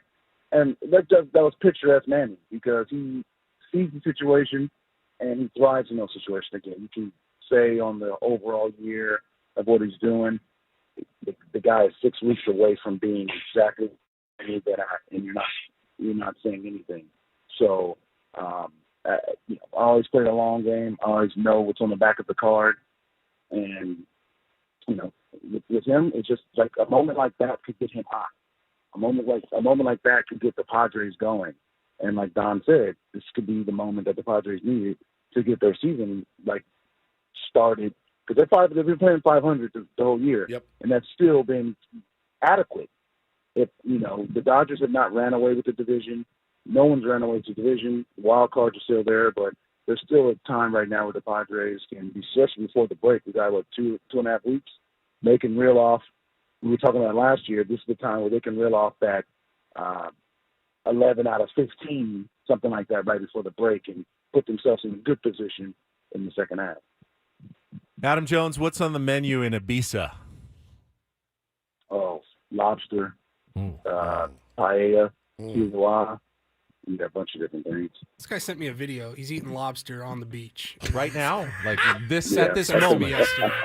That was yesterday. Oh, okay. All right. You son of a bitch. Son of a bitch. Look at you. Hey, man, thank you for jumping on. We always appreciate you, and we'll talk to you soon. All right, brother. All right, Appreciate you guys. Be well. Adam Jones, where in the world? Ibiza. So I had this thought. Ben Higgins. Steve Wood. So this isn't the first time this year that Jurickson Profar has had a run-in, an emotional run-in with another catcher. Yeah. It happened earlier this season with Will Smith, obviously, led to the whole he's not even relevant, and then the next day Profar walks it off. So he's already had big moments this year. There's a good chance that in 2.5 weeks, when Jurickson Profar becomes an all-star for the first time, he goes back to his original team in Texas at Arlington, in the starting lineup, he could be batting, 6th for the National League. Will Smith could be batting 6th or 7th. I mean, they could be introduced next to each other as they line up on the field as all-stars in Texas next to each other. I think it'll in be the starting lineup. I think it'll be fine. The more interesting rumor is the Dodgers going after Randy Arozarena, right now. And remember, Arozarena is the one that came up and extended his hand to Will Smith at the WBC, and that goober, corny dork refused to shake his hand before a baseball game, which that's interesting to me. If Arozarena, who's batting like 100, ends up with the Dodgers, I mean, you know what's going to happen, but yeah, I think that happens all the time. Guys that have bad blood, they end up in the same locker room. And I don't think anything's going to happen. No, I just think it would be a moment for Jurickson It'd to be like, savor. hell yes. Standing there looking at Will Smith. Hey, dude, good to be teammates with you here at the All-Star game in the starting lineup right here next to each other after what happened earlier this season. Yeah, it's like me and Hacksaw playing in a celebrity softball game. You know what I mean? That would be a great moment for you, wouldn't it? If they still had those. Zach says, I love Ben and Wood. Yeah, Ben and Wood from Ibiza. All right, we got 2 more hours coming up, including a visit from another big leaguer on a Big League Wednesday. Bret Boone is going to be with us in our 8 o'clock hour at 8:35. You'll definitely want to stick around for that. We'll have more, maybe a chance for some phone calls as well coming up if you want to join us. 833-288-0973. Padres Nationals talk continuing here on 97.3 The Fan.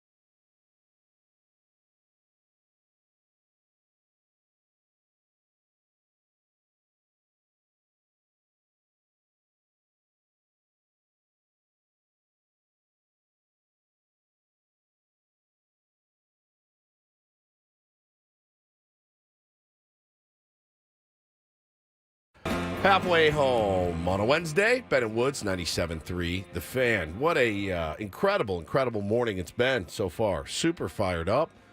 Great win last night. Great win the night before. San Diego Padres playing a little bit better baseball. A lot more inspired baseball, certainly. And it's been a joy to watch the last couple nights. Hopefully keep it rolling today. I'm Woodsy. That's Paul Reindl, the executive producer. Benjamin Higgins, your friendly neighborhood sports anchor, joins us as well. And, gentlemen, we have a very special guest in the studio. Look at this guy. All the way from Japan. He's back in town. Our NIL-sponsored athlete from San Diego State, now a professional golfer, Steve Sugimoto. Good morning, my friend. Good morning. Welcome back. Thank you. Not the best circumstances. No, so tell everybody what's going on with your pro career right now. I was able to play the first tournament of the year. Yep. And then hurt my hand and wrist during the weekend after I made the cut, and haven't played golf since. So at all? Yeah, had a stress fracture in my hand, a hook of the hamate bone, and then tendonitis in my wrist. Did you punch something out of anger, frustration? No, I think it's just overuse. Too many. Didn't shank a drive and punch the golf cart. Yeah. Just because you're a Padres fan doesn't mean you have to mimic all of their injuries with wrists and tendonitis and stress reactions and fractures. They mimic me. Yeah, 100%, man. I'm bummed to hear that news. How are you holding up? It's got to be tough. Because I know when it happened, you were still in Japan. Yeah. And you're like sitting there rotting, not being able to do the thing that you came there to do. Yeah, so I have my own apartment in Japan. Yeah. And I was losing my mind. I have nothing to do, no friends there. I have some family there, but I was losing my mind. Bought a PS5, playing MLB The Show every day. Every day. Yeah, and taking walks by myself. Can you putt? Could you putt? No, it was like painful to even putt, so I couldn't even grip anything for a while. Now I'm getting my strength back in my hand, but... It was your left hand? It's my left hand, yeah. Oh, man. So gnarly. Yeah, golfers' hands are really everything, dude. How fired up were you for fellow Aztec Xander Schauffele to finally get his first major at the PGA Championship last month? I'm going to be honest. I was streaming through a VPN because I wanted to hear the American broadcast. I wanted to hear, like, Jim Nantz and everything. I for sure cried. Oh, yeah. I did, too. I, like, sobbed. Oh, you were sobbing? I was, like, so happy for him. Like, because, you know, like... He comes close so many times. Yeah, and you grew up with him pretty much. Yeah, I mean, you guys talk, and your friends and your brother and he are really tight. And, it was an incredible moment. You went to the same college. I mean, it all makes sense. And your reaction to Rory missing the putts at the U.S. Open down the stretch. As a pro golfer, just how ill does that make you feel to see that? I have like no words. Like. That was all. It was. You just can't miss those. You can't miss those if you're him. I know how hard it is. Yeah, listen. If it's you and it's you, rookie, and it's Bryson DeChambeau and it's Sunday. Yeah, you miss him. I get it. I go. You know what? The one on 18 was a twister. Even then, right? The other one though, you can't miss that. But I mean, the thing that broke my heart was his reaction to Bryson making that putt to win, and like. I haven't experienced it up to that level, but like, you know, like you messed up and then you let someone else leapfrog you. Yeah, leapfrog you, and then it's just the worst feeling ever. Somebody texted me the other day after you posted that video. You were at the Padres game the other night, and you said, "Just got the notification. Jurickson Profar is about to walk this game off." Somebody texted me and said, "You guys."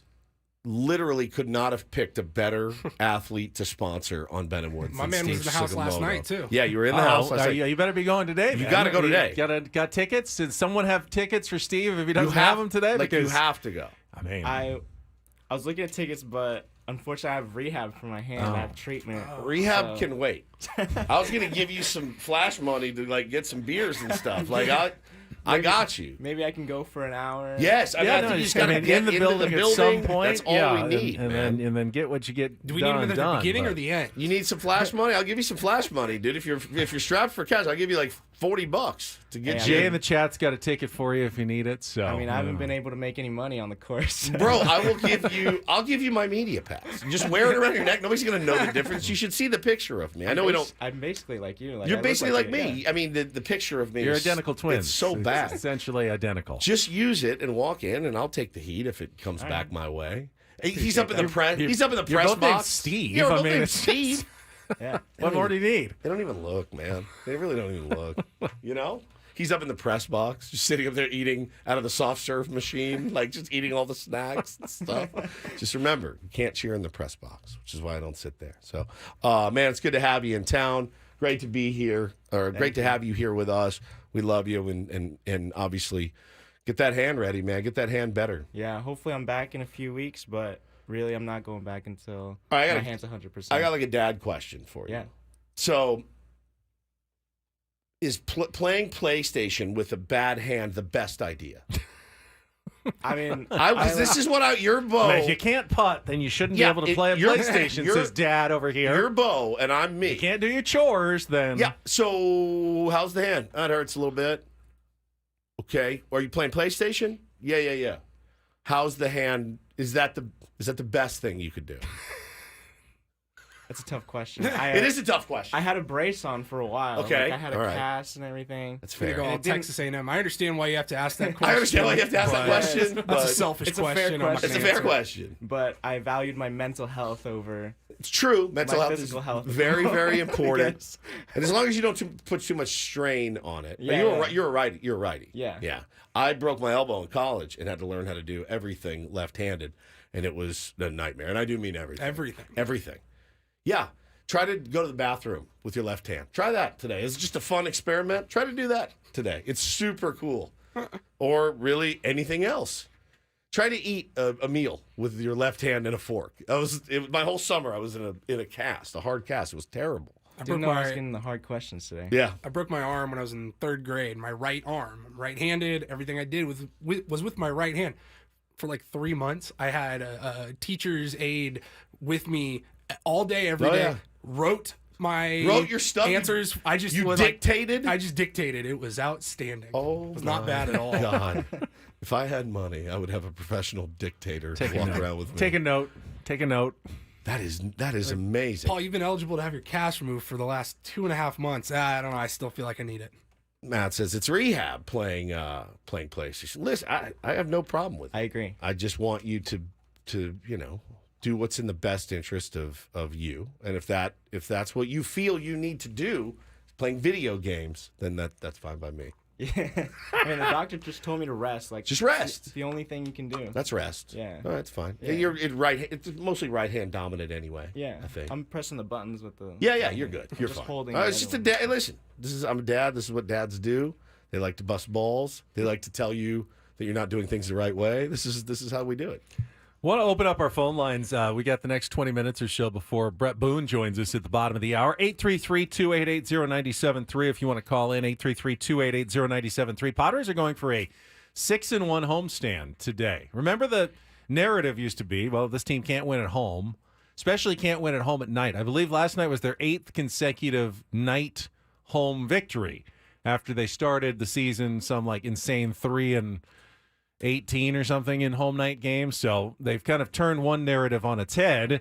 Of course, the last road trip turned the other narrative that they were playing well on the road. And they've got a tough another East Coast trip to Boston and Texas coming up in their last road trip here of the first half of the season coming up. So you'd really like to build up another win if you can and get that sweep and get to 3 games above 500 again. Not that that's, too far away from the 500 mark, but you get that opportunity this afternoon. Let's go out to the phones. We got our friend Baseball Nick is here. Good morning, Nick. Happy birthday, buddy. Hey, thank you very much. Happy Good birthday. to hear from you guys. Good to hear from you, pal. Appreciate it. What a game last night. What? Huh? So fun. What a game.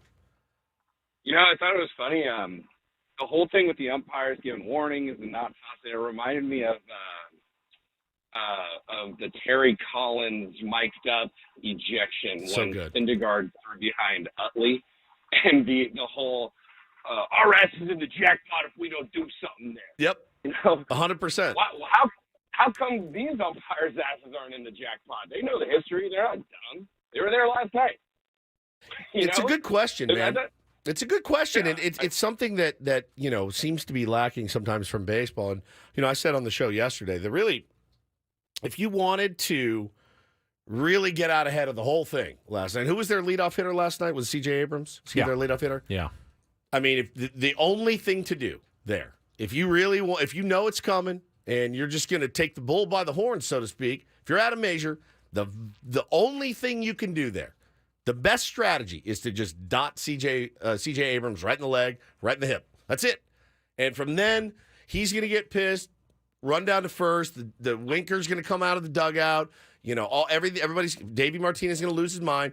Warning, warning. So now you've taken the power away from the Nationals. It's how you grab the power, and they did not do that. Did not choose to do that. And we all saw how it transpired. Nick, thank you for the call, and I didn't know it was his birthday. Yeah, it's his birthday today. Congratulations on the Tier 1 championship this week as well. Yeah, buddy. Thank you. I do think it is ironic that both teams get the warning at the same time. So one team always gets the chance to act, and then the other team doesn't get a chance to respond. That's exactly right, It's an man. inherent inequity. It Bro, you very got a much rookie is. pitcher out there who's like now afraid to pitch on the inside half of the plate. Well, and that sucks. And a rookie pitcher with control issues as well. I know he only walked one last night, so he dialed that in pretty well for Adam Mazur. But yeah, man, like taking that away from the home team there is pretty unfortunate. So I love too after Davey Martinez was talking about how they did it the right way. We thought this was a good way to let Jurickson know that we're not going to stand for that stuff, right? Without injuring anyone. So here it goes. He says right here, it was nothing crazy, Ruiz said. We're just having a conversation about what he did yesterday. It was nothing really crazy. Just to let him know, and he knows he didn't do good yesterday. That was it. We didn't want to hit him because that's bad for him. He's having a good season. But I just feel like I got to let him know he's got to show us respect.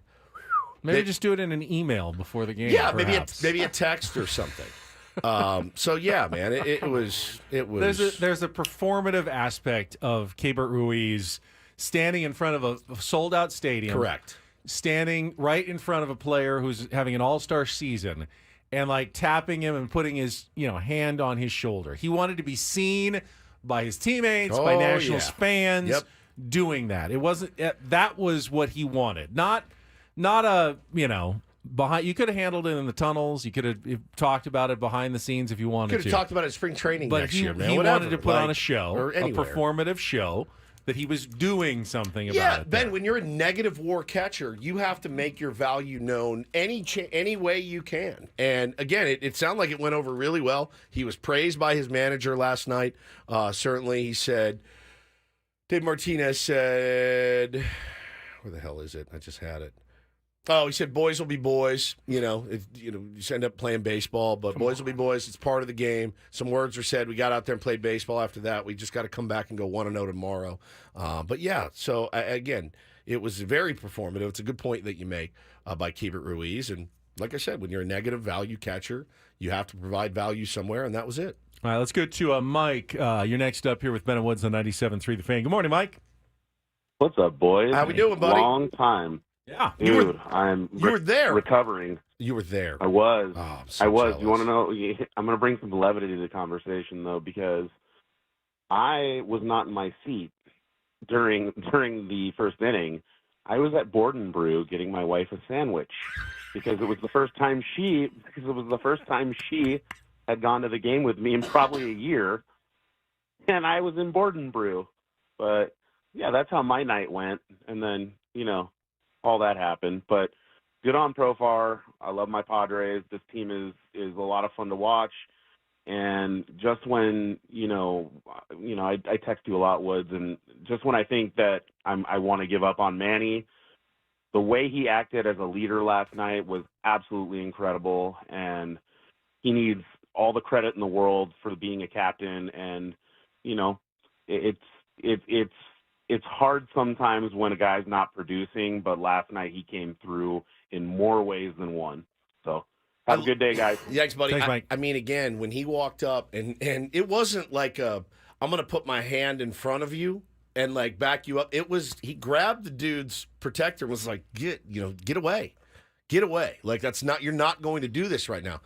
I mean, that's what made the hair on my arm stand up. Obviously, the home run is just spectacular, and that's what you dream of. But, man, when he walked up and then, yanked him away. Then, did you see the little side-by-side?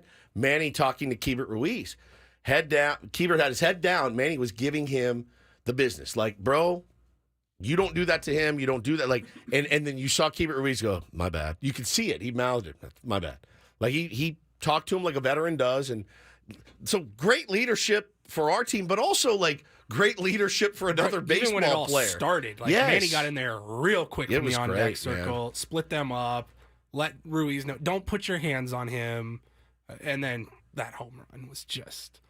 By the way, Mike's not the only one who missed it. Mike Schultz said it happened so fast between his ejection and the home run, and even though it's only a short walk between the Padres dugout and the clubhouse and his office, he said, I was actually still walking up the steps, and I heard everyone going crazy, and I knew something must have just happened, but he actually did not get to see the Manny Machado home run because he had not made it back to the clubhouse in his office yet to turn on the television to watch it.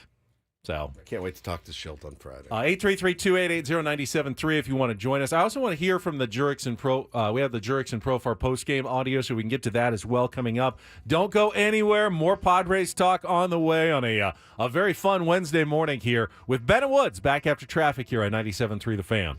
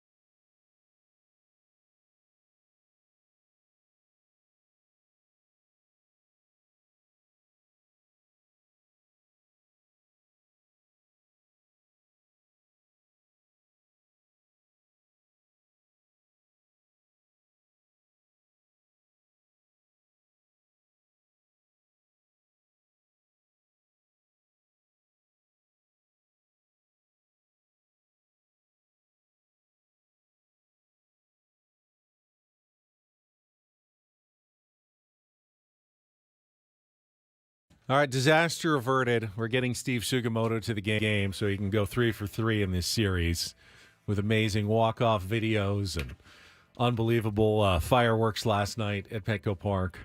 The only problem is that eventually, he's going to have to go back to Japan. And if they keep winning every single game that he's there, we'll run into a problem later in the season. We'll have to fly you back for the playoffs from Japan. What is more important, his golf career or the San Diego Padres winning? That's a good point. I mean, it's a good point. You got to weigh things sometimes. You got to make decisions. So last night, our Sam Levitt had a chance to get a post-game comment. Was it post-game comments with Sammy? No, this was with Annie. This was Annie. In the clubhouse. That's right. Annie was in the clubhouse. Good for Annie. Doing some good work here, getting some Jurickson Profar comments, because it was Manny who did the post-game interview. Yeah. But Jurickson, everyone wanted to hear from him, and Annie got some audio. This is Jurickson after the game in the Padres clubhouse. Jurickson, it's been a pretty exciting 24 hours for you. How satisfying was it to be able to hit that grand slam tonight? Oh, it was good. It was good to get the win. Yes. What can you share with us about what happened at Shit, home plate? Nothing, man. I don't care about those stuff. Always. I like to play baseball. That's me. I don't care about those stuff. Did it surprise you that something is being said right from the get-go?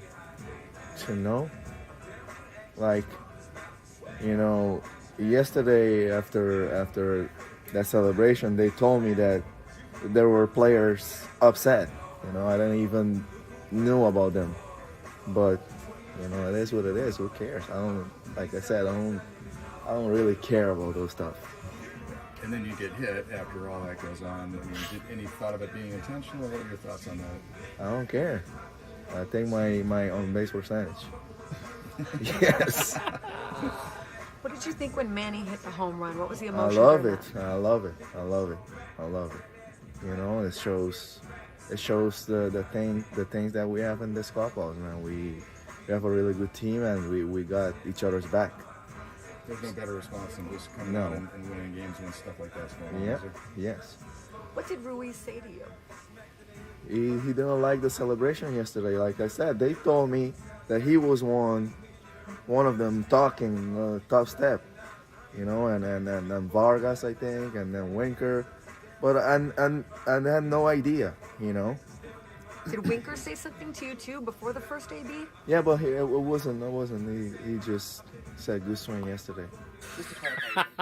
There is no way. I love him so I think much. Jurickson's a pretty He's upfront, awesome. genuine guy, and when he says, I didn't even realize anything that was going on here. Yeah. I didn't know anyone had a problem with it.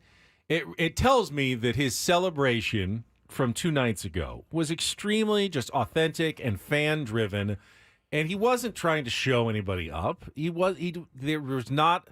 I don't think there's like a malicious bone in Jurickson's body. There's a lot of there's a competitive bones in his body, but I don't think there's like the malicious take offense sort of thing. He just was fired up and wanted to show it for everybody. And yeah, he said, I felt disrespected when they intentionally walked. I mean, we gave the stats. He's been insane with the bases loaded. So yeah, I felt a little disrespected, but he wasn't necessarily going out and trying to embarrass the Washington Nationals because of that. Next time you piss me off, I'm just going to say, good swing yesterday.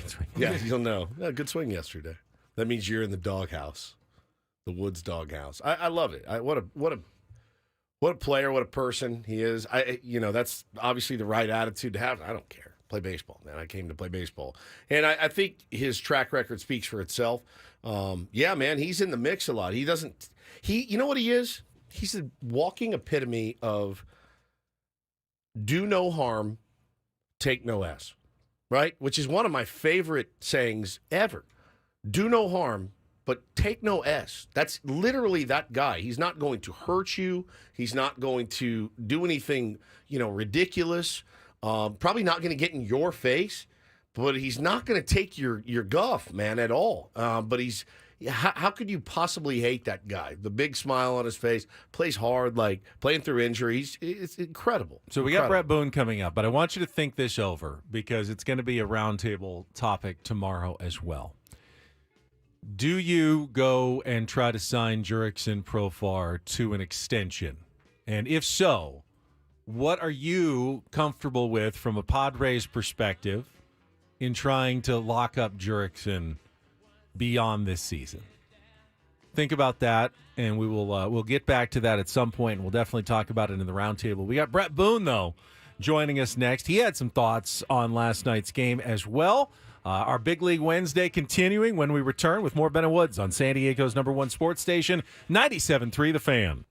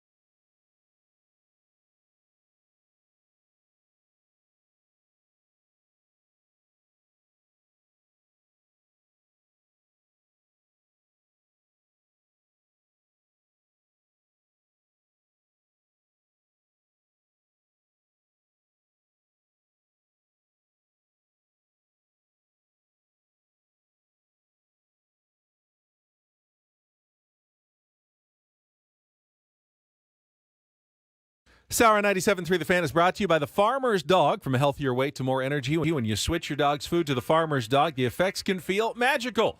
What sorcery is this? None at all. It's just real food made for the health of dogs. Get 50% off your first box at thefarmersdog.com/radio. Got Bret Boone joining us on a Big League Wednesday. He will talk to us right after a check of traffic here on 97.3 The Fan. From the 97.3 The Fan Traffic Center, here's Kelly Danick. Traffic is sponsored by SDG&E. You got a collision involving a couple vehicles now on westbound King Freeway just before 30th Street. Looks like that is partially in lanes. Also on the northbound side of the 805 at the westbound King Freeway connector, some metal debris reported in lanes. Southbound 5 before the King Freeway, watch out for some large debris in the 2 left lanes. Also traveling on southbound 15 past Deer Springs Road. We still have this crash to center divide, but good news up ahead. They did clear that crash at Carmel Mountain. However, we're still seeing some residual slowing through that area. Cordell and Cordell traffic cam still has this crash on the North 5 coastline past Poinsettia. That is over to the right shoulder. In peak wildfire season, as a last resort, SDG&E may need to shut off power in specific areas for public safety. Learn more about public safety power shutoffs at sdge.com/PSPS. I'm Kelly Danick with Ben and Wood, San Diego's #1 sports station, 97.3 The Fan. Yeah, we're joined right now by Odyssey MLB insider Bret Boone. Insider calls are presented by Grainger. With supplies and solutions for every industry, Grainger has the right product for you. Call, click Grainger.com, or just stop by. Bret, also the host of the Bret Boone podcast, featuring the most notable names in MLB and around sports each week. And Woods, what makes the baseball so great is you can take the same situation, and everyone can have a different view on it. Yeah. We had Adam Jones on earlier, and he said he thought the umpires were correct not to eject Mackenzie Gore in that situation. Didn't think it was intentional. Why would he throw down at his feet? But if I was following his Twitter timeline correctly last night, Bret Boone thinks a little more like us, that it was almost a mandatory ejection that didn't happen. Good morning, Bret. Morning, Bank. No, he not think like us. We think like the correct side of the ledger. Exactly. I'll tell you what, Adam Jones, I love you. But at that point, it's not about intent. It's not about intent. When you're warned, and you're a big league pitcher. And to be honest with you, I looked at the pitch. It didn't look like he meant to hit it. It looked like he was about to win $1 billion. And they said, the only thing you can't do is hit him. And he hit him. That's my reaction. But at that point, this is the big leagues. It doesn't matter. You were warned 7 seconds ago. Right. You are not to hit the man in question on top of it, and you drill him. So it doesn't matter in that particular situation. It doesn't matter. You're out of the game. Period. Whether you meant to drill him or not, it doesn't matter. I just warned you. So that's my take on it. Yeah, I think it was ours too. And yeah, listen, I mean, if rules are rules and you're going to hand out warnings, I mean, it's like, Bret, you're a dad. I mean, how does that go over? Don't do that. I am, you do Woody. it. I am a father. Yeah, and you know, hey, don't do that, or you're going to get in trouble. And then they do it, and you're like, oh, never mind. I don't think you meant to do it. Of course, it doesn't matter. Like the rules are the rules. You got to do it. I'll tell you, it's like the back and forth with, this game I played for so long. It's like at a certain point, hey, he didn't mean to hit you. Well, there's been 3 or 4 hit batters. At that point, it doesn't matter whether he meant to hit you. We are going to square this up. And sometimes I was the one that was going to wear one. And it's like, I understand that pitcher doesn't want to hurt me. There's not a personal thing between pitcher and myself, but it's just how we even the score. It's like being out. It's like being out in the wild. It's like, this is how nature takes care of things. Yeah. Well, our nature in the big leagues, this is how we take care of things. And it's an eye for an eye, always has been, always will be. It's a little bit different now because the umpires get more involved in a more swift sense. But at the end of the day, you're going to take care of business. And yesterday, it doesn't matter. You meant to drill him. You didn't mean to drill him. It doesn't matter. Everything going on, the last thing you do is drill the person in question right here who's in the middle of all this with the first pitch of the game. You're automatically gone. It's not a question. Yeah, I know you didn't mean to hit him. Whatever. I just told you not to hit him. And you hit him. You're a big leaguer. You got to have better control than that. Yeah, 100%. 100%. And it's interesting now how the game has evolved a little bit. Now, the Padres decided, I think, and I've been wrestling a lot with this, Bret, because there's this thing that's happened in San Diego, and it's not only under Mike Schilt, it was under Andy Green, it was under Jace Tingler, it was under Bob Melvin, and it's now kind of under Mike Schilt as well, where there's been a lot of up and in, a lot of guys drilled, not a lot of, retaliation. You say eye for an eye, it always has been, always will be. I think the Padres looked at last night and said, we got to win this baseball game, first and foremost. Now, doesn't mean something can't happen today or won't happen today. Doesn't mean it won't happen in Washington. But I think, at some point, Mike Schilt, he has talked about having a long memory. I file things away, but, I don't know, man. Like, did you think maybe Major should have gone up and in, not up and in, or thrown at somebody's hip last night or something? I think you hit it on the head. Our job as big league players is to win the game at all costs. Now, if one of my teammates has been wronged and he thinks he's wronged, we will take care of business. But you got to pick the right time and the right place. You win the game at all costs. Nothing interferes with that, the W's and the L's. It might be something. Here's my experience. I don't recall, at all the managers I played for, and I played for a lot of great managers, the manager ever coming to a pitcher and say, I want somebody going down. Yep. Never remembered that. I remember a bullpen, a veteran bullpen. Those are the guys that usually handle that. It's not a discussion. I never had a pitcher come up to me and say, Booney, I'm going to take care of this for you. It would just take care of itself. Those guys in the bullpen, they're down there for a reason. They're crazy people. And they don't have a lot to do during the game.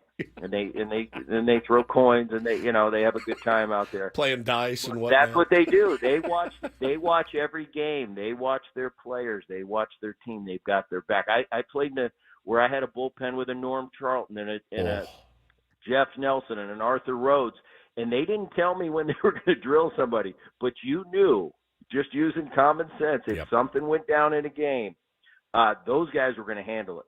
Once again, right time, right place. And it was unspoken. It was a nod. It was, if somebody would drill somebody, they'd kind of give me a look at second base, give me a wink like, we got your back. And it was never discussed. That's how I was brought up. That's how it always was going down. But you're right, Woodsy. When you say you got to win the game, absolutely you win the game at all costs. You never jeopardize winning a game to get even with an opponent. It might be next year in spring training on a backfield in a B game where somebody wears one and they kind of look at them like, yeah, that was for last year, right? Yeah. Okay. Now we're square. Yeah. And we move on and we play the game, but it will be taken care of somewhere. I got a question for you, Booney. So as a veteran, talking about policing the game and doing it the old school right way, and it will be taken care of. Does that ever actually have any effect? It's not like it's going to stop people from throwing inside. Other guys are going to get hit.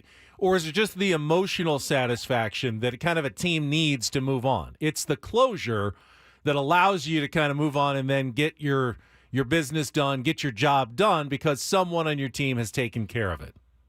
It is. It's the closure. It's weird. Like I said, it's like being out in the wilderness. This is how things rectify themselves. I remember I got a great quicks. I'll keep it as quick as I can. I'm in Philadelphia, and this is in the mid-'90s. A teammate of mine was Mark Portugal, great pitcher for the Houston Astros, came over to the Reds for a while. Well, he was pitching for Philly, and we were in town, and we'd been teammates a few years ago. We're in a blowout game. It's like 9-1 in the sixth. I get to first base. I'm in la-la land. I'm not even thinking about it. Nobody's holding me on. I steal second.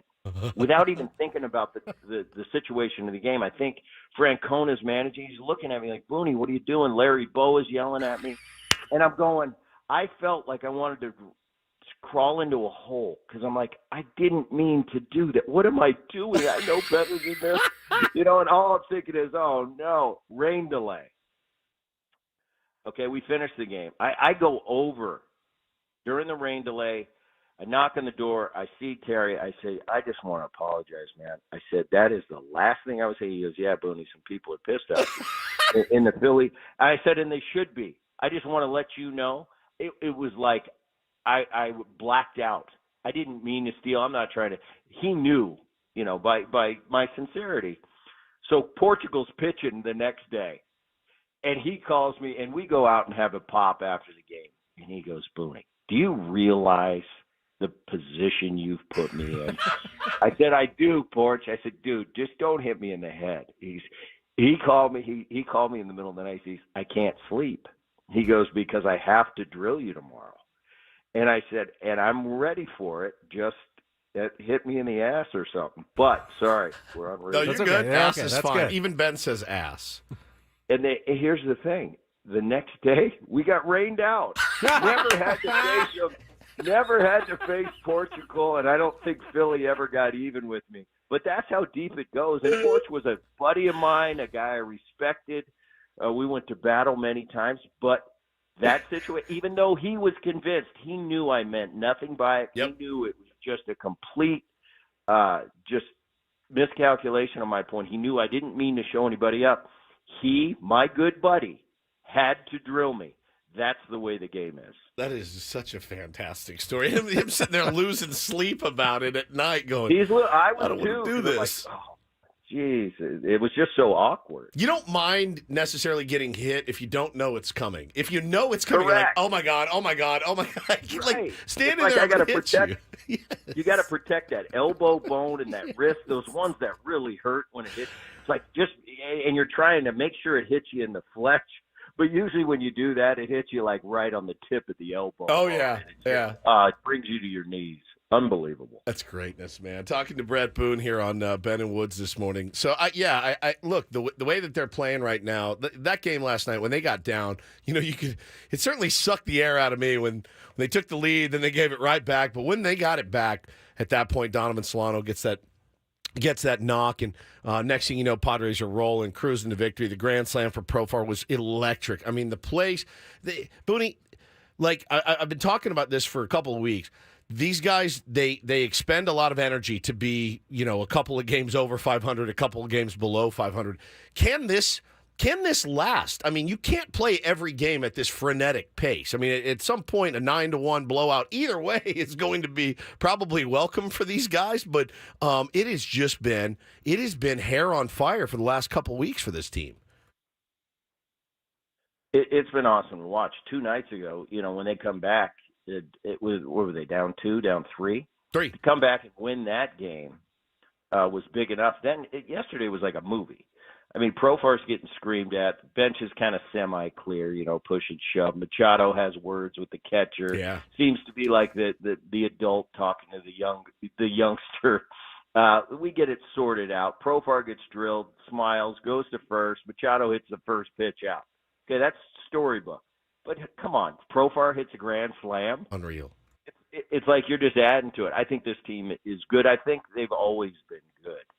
It's just been a puzzling team to not only me, probably you and the city of San Diego, with all the talent they've had, to play as average. I look at the National League. I think there's 2 elite teams. I think there's Philly and then there's LA. I think Atlanta and Milwaukee are in that second tier, and then everybody else is right there. Today, if the season ended, the Padres are in the playoffs. Yeah. Okay, that's great, but I think they've really underachieved as a roster. If I look at the talent, position by position, I think they've underachieved as a roster.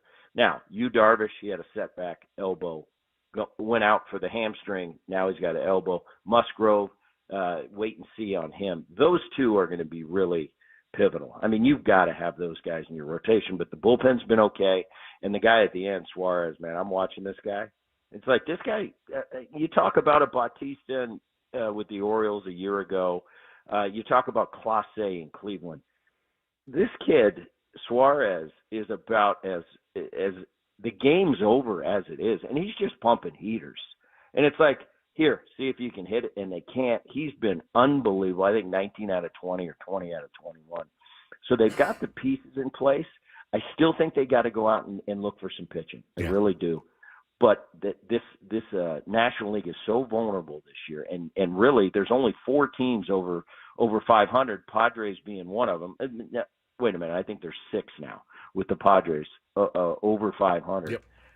I think it's vulnerable. I think they're a playoff team. It's really fun to watch them play. Just won 6 out of 7. long way to go, obviously. But in this day and age, 2023, it doesn't matter. This all doesn't matter. As long as you keep yourself in the hunt, get hot at the right time, that's what matters. And I think recent history has proven that. Well, Boone, I know as a former Padre and a San Diego guy, it must be exciting to see what's happened at Petco Park. Jackson Merrill actually said that an opponent came up to him and said, "This is a ridiculous atmosphere. It is so electric at Petco Park." And, well, it wasn't always that way, but it's become a pretty special place to play, to watch a game, and it's a whole lot of fun. No, I've been to 2 games this year, and it's been like that electricity. And I'm sure right now it's rocking a lot more than those 2 games I went to. And it was electric then. So, I've been to a few venues in my life. Safeco Field at, now T-Mobile in Seattle, during the early 2000s was unbelievable.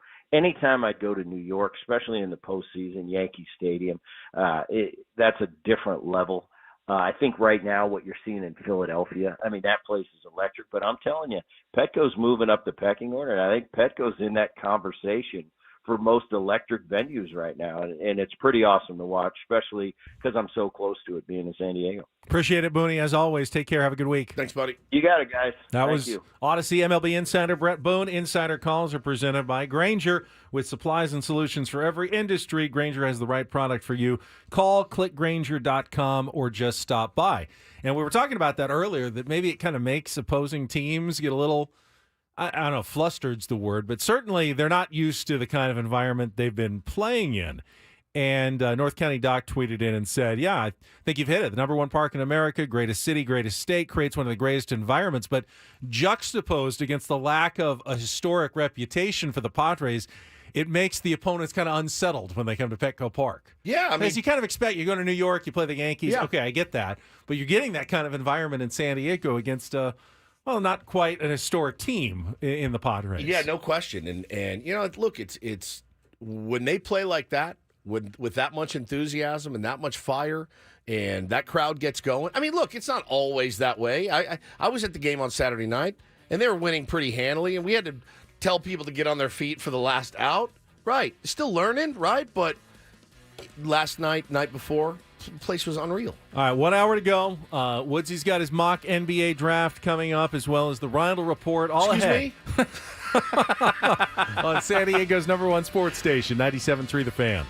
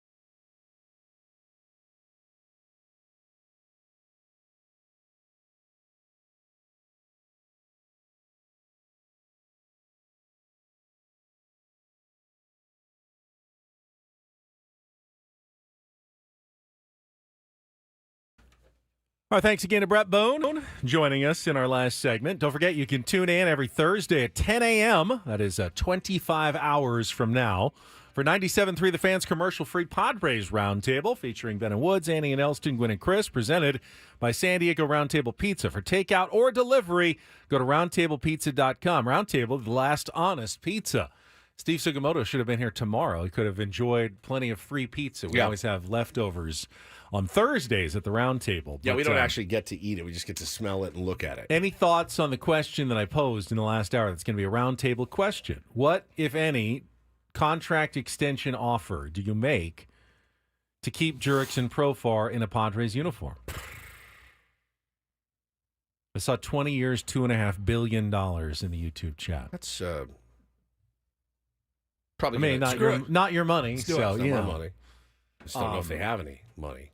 I love that Eric Hosmer, by the way, is tweeting, time to start extending Profar. Yeah, it'd be great if we didn't have to pay you $13 million to podcast. Jesus Christ almighty. Really? Give him your 13. We could keep him. It's done. Really use that. Done deal. Good God. 1 year, Eric Hosmer's $13 million is the you should offer not tweet, to Jurickson Profar in Until 2025. Bro, it's like robbing a bank and then just going out years later, constantly posting about how you robbed a bank. Yeah, it's insane. Maybe just lay low. Stop talking about it. Yeah, just stop tweeting. You want to cover Major League Baseball? Go cover other teams that aren't paying you right now. We got it here, man. God bless. Drove me nuts. Time to start talking about extending Jurickson Profar. You took all of our money, and you don't play. You took all of it. I guess the real dilemma here is that the Padres do have financial constraints. They're real. They've been dealing with them all year long. And you don't want to overpay for Jurickson Profar. And then if you're Jurickson Profar, but you're like, bro, you should be paying me $30 million. I'm putting up $20 million a year. I mean, I saw the mid-season ESPN's like MVP. He was top. I think he was 7th in the MVP balloting, basically at the middle of the year. That's a $20 to $25 million guy. So of course he's going to want his money. But what are Jurickson's alternatives? Go play another season for the Rockies? Right. He doesn't want to go anywhere, and the Padres also know this. So they kind of both have each other over the barrel. Jurickson can't leave, but the Padres can't let Jurickson leave either. So right. where do you end up financially when those are kind of your parameters going into any negotiation? Again, man, there's such a mutual thing here between the two. I cannot, in good conscience, get on here and say that Jurickson Profar should give San Diego a hometown discount or anything like that. No, Jurickson Profar should get his money. He's got a family. He's friggin' earned it and is earning it every single night. But let's say the scenario of 2 years ago presents itself again. Right. For you could stick around for $7 million or you get $8 million from somewhere else. You stay for $7. I think you stay for $7. You stay for $7. Just like we're not moving to Cincinnati for a little bit more than we're making now. We're just not. It's just not going to happen. You know, they know that too. So there is a bit of a San Diego discount. It's more of like I'm play really well here. It's not even a San Diego discount. It's just I play well here. I fit in. It's the best fit for me. It's a best fit for me personally, for my family. Like he doesn't.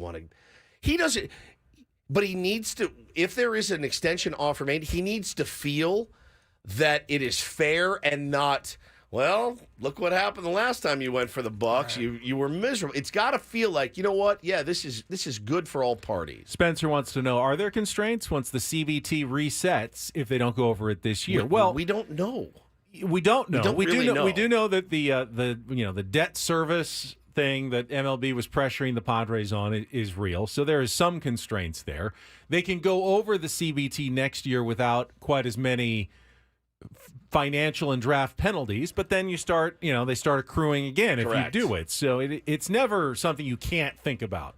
Even the Mets, even though they go over it all the time, they still have to think about where their level is at and what the penalties are, because there's draft, there's international signing penalties. You know, they want to go after Roki Sasaki. They want every dollar available to do that, and you can't be going over the CBT if you want the ability to do that. Is Roki Sasaki a huge sensation, Steve Sugimoto, in Japan?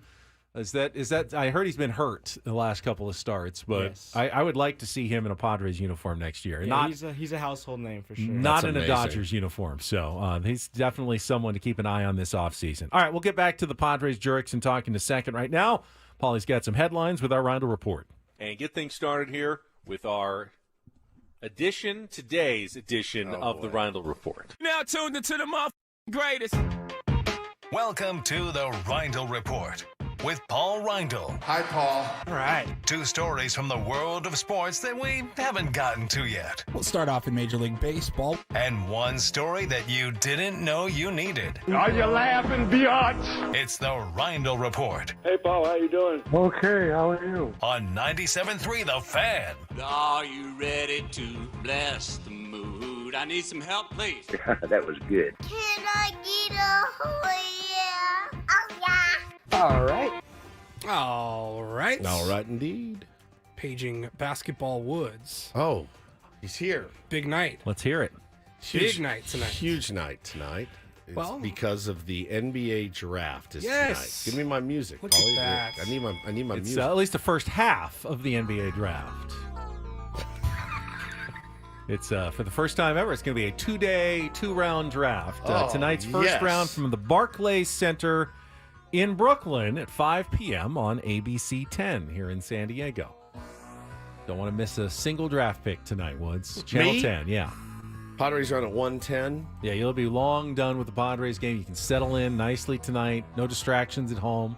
Tell Hannah, I got to focus in That on always this works. 3-hour NBA first round of the draft tonight. We are doing a member stream tonight, yes? Yes. Okay, that's what I'll be doing. 6 o'clock. 6 o'clock.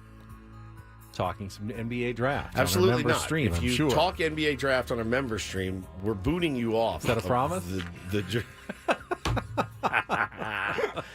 I was going over some of the, who's got the first pick and whatnot. I've already forgotten. So It's go ahead, take it Adam's away. team has the Oh, first the pick. Hawks. The Atlanta Hawks. Select Bronny James. Is that where he is on vacation? He went to the Yeah. draft so he Yeah. could cheer his Yeah. first overall pick of the draft. Hey, by the way, just as an aside, We're to see him there with Adam Silver. Yeah! just Go Hawks! they look like twins, by the way. 2 bald Adam Reindls. Silver's head's even pointier than It Adam's, is. I think. You put glasses on Adam Klug, though, and it's very He could similar. be the commissioner. Could you imagine being on vacation this week of all weeks? Could you imagine? He's dying. He's dying inside to All not the be viral I content that's know. coming out of Petco Park this week. Yes, and he's just like, he's like with in his the in-laws South. or something. Yeah, he's like, it's "Oh, we gotta be in 100 Georgia, and then we're going down to Florida, and then back to Georgia. I'm like, 104 oh, God. degrees. 90% humidity, and he's missing all of this.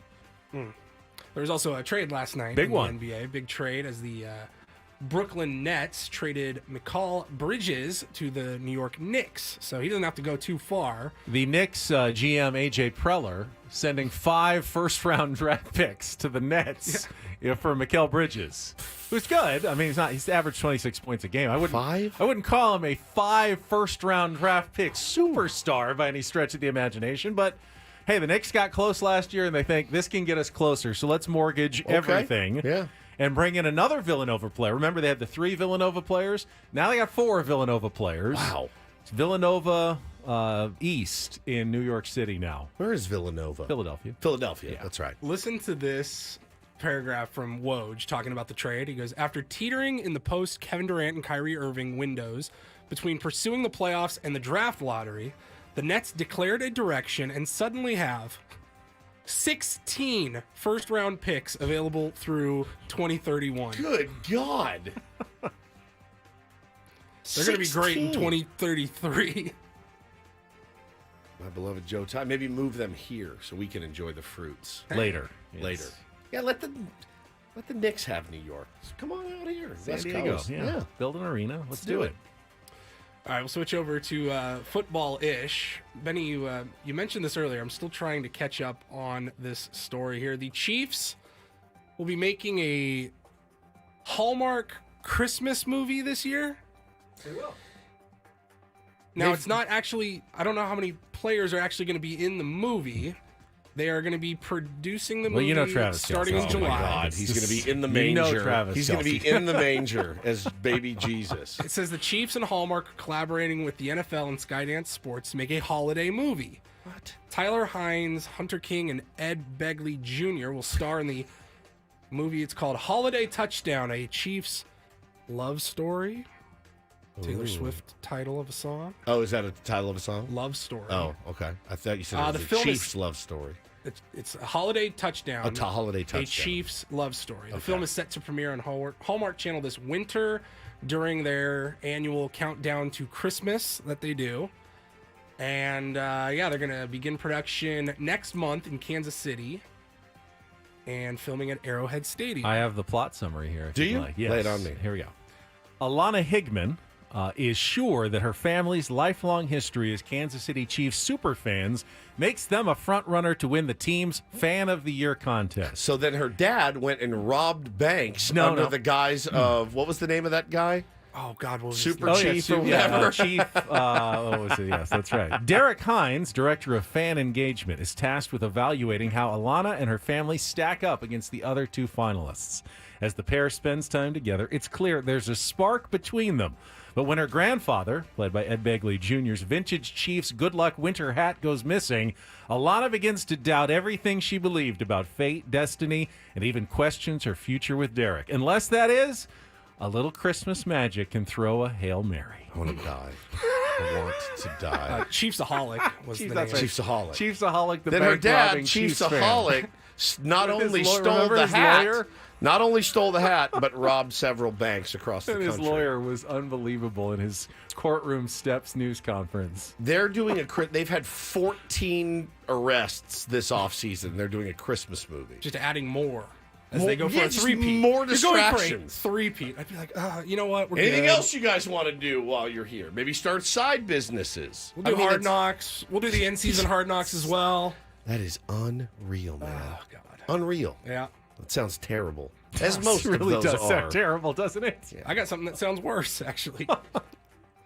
You know, anytime I see a link or a headline of a story and it says this new trend, this new viral trend, I already know I'm not going to like it. Same. And this one now, I'm glad we have Steve Sugimoto here. Stevie, what is your flight? What does it look like? Do you fly out of LAX to Tokyo? I usually go San Diego to San Francisco first, and then to Tokyo. Okay, about how much total time in the air is that? Combined, probably like 13 hours Okay. in the air. All right, it's actually not too bad. But there's a new trend going around. It's mostly men doing this, and they are raw dogging on their flights. I saw this. This is one of the worst things I've ever seen. And it's maybe the toughest challenge a man can take. You've heard of the Ironman triathlon. This is harder. That's not what you may be thinking when you hear that term. Right. Because Ben's eyes just lit up. Oh, yeah. Raw dogging? Bringing the Mile High Club a whole new meaning. Yeah, here, yeah. right? Yeah, okay. So men are doing this on fairly long flights, This whether is it could be insane. 3 hours, 6 hours, 17-hour flights across the world. And this all started back in May when a 26-year-old man from London posted about his decision to forego any and all in-flight entertainment, in-flight services, no beverages, no snacks, no meals. All he did was stare at the flight radar map on the seat in front of him. He raw dogged the flight. I could do that. I think I could. I could just stare at the map the entire time and watch it as it slowly progresses from No my... water. No bathroom water, no breaks. snacks, and nothing. I could do it. You just sit there. You are like Ed Gein, serial I could do killer. that. I could do that. There's no way. I mean, it wouldn't be fun, but, I'd miss the snacks, but I could get through it. if I had how to. I could go here to DFW, which is about a 2.5 hour flight. I could do it for 2.5. I could sit now. You can't sleep either. Now, if you could let me sleep, I'll raw dog you from here to you have to Paris. stay awake. Stay awake and just stare. And these men are posting photos Yeah. that they are just sitting upright, just staring right at the flight radar on the seat back in front of them. No, nothing. No magazine. And they're just no phone, playing blackjack on your phone. Nothing. Nothing. Matthew says he had to do it on a 14-hour flight to Afghanistan. Yeah. Those military flights with no entertainment, they're sitting like sideways in the back of with no windows, by the way. Now, in the back of a cargo plane or something. Now that sounds miserable. The guy that went viral and kind of started this, he said he calls raw dogging his flights. He compares it to meditation. Visually, you're kind of impaired. You only get to look at the seat in front of you, to your right or left if you're at the window. All you hear is the drumming sound of the engine. It's just white noise. I'm going to raw dog the rest It's of like this the show. darkness retreats. Watch this. I'm going to raw dog the rest of this show. Oh, no music. We can't. I mean, I think you and I can continue to talk, Paulie, and Woods is just going to focus in on the buttery, smooth sound of my voice for the next 45 minutes. It's almost a meditative trance that he's in. He'll be a better person for it at the end. Listening to my sultry tones. I do think that, I don't know if I could do like all the way to Asia, but maybe across the country, 5 hours staring at the map. It's too much. No way. I think I It's could too do much. I can't do it. No. What are you really missing? The food is terrible. The entertainment's usually terrible But anyway. no, but you bring your own. Obviously, you bring your own snacks. You bring your own entertainment. I download movies. I listen to music. Oh, there's a new record I want to hear. I listen to that. Like, Yeah. Depends on how long the flight is. I'll download a couple episodes of something or a movie or whatever.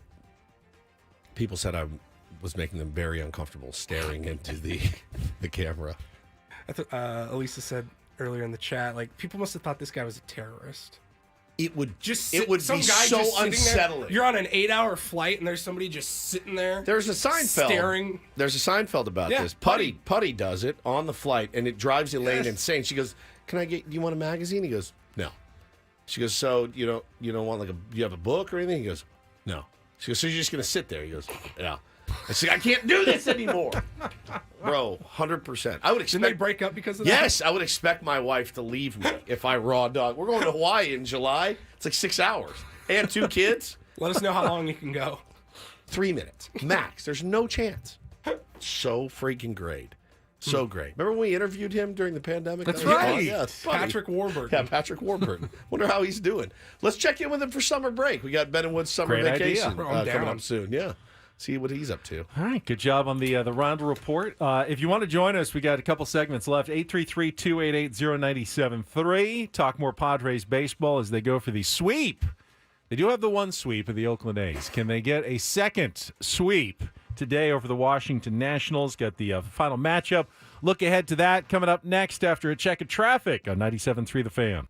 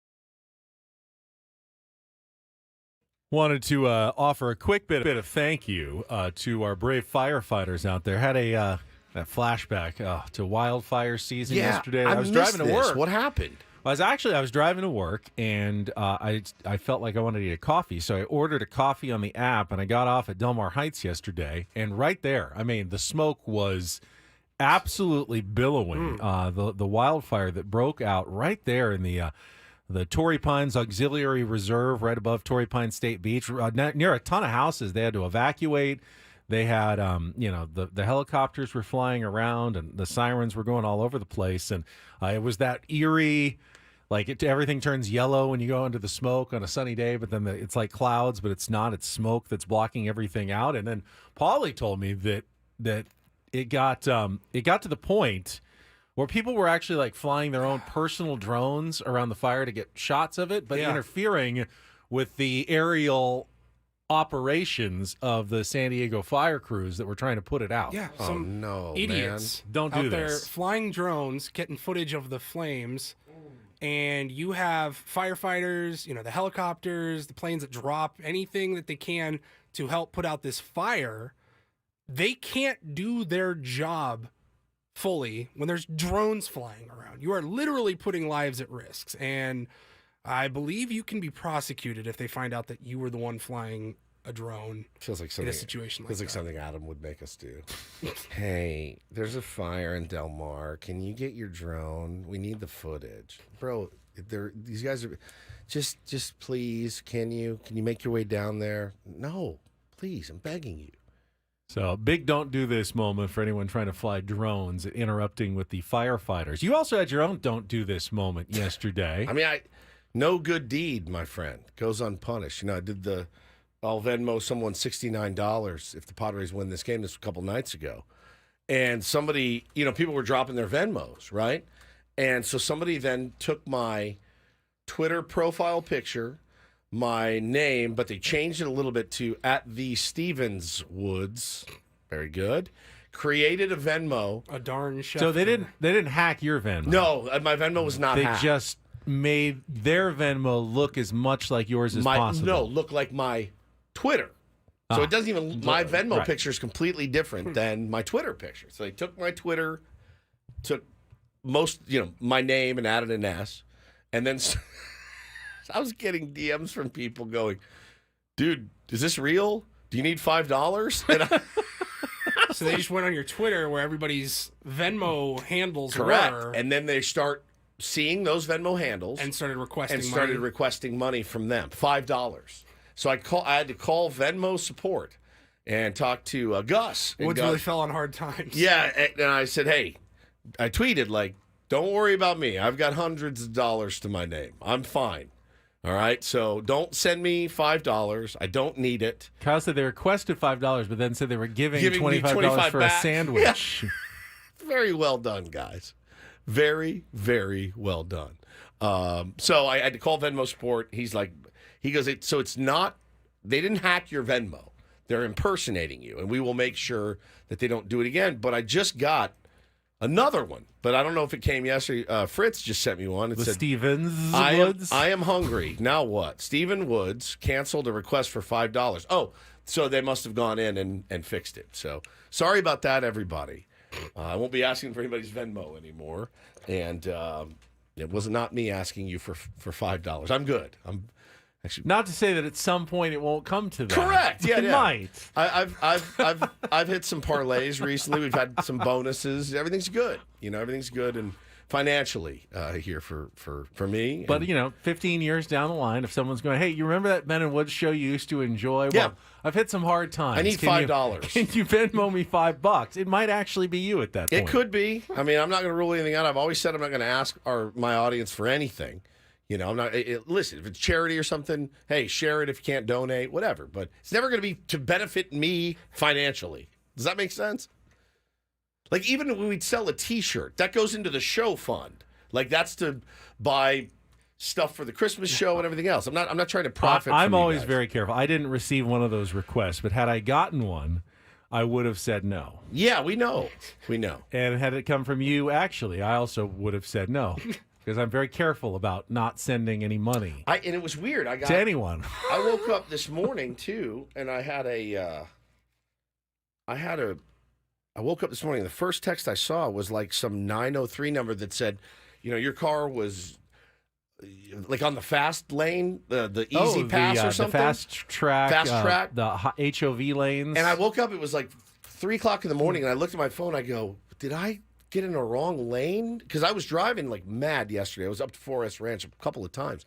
I'm like, there's no toll road up there. Yeah, no, if you use the HOV lanes, But I did it. That can be a toll road as well. Okay, but I did not do that. So I knew this is a scam. I did click on it just for a second. Too late. And it said it was like for the Bay Area. And I was like, no, this isn't. They've already got you now. Whatever, it's fine.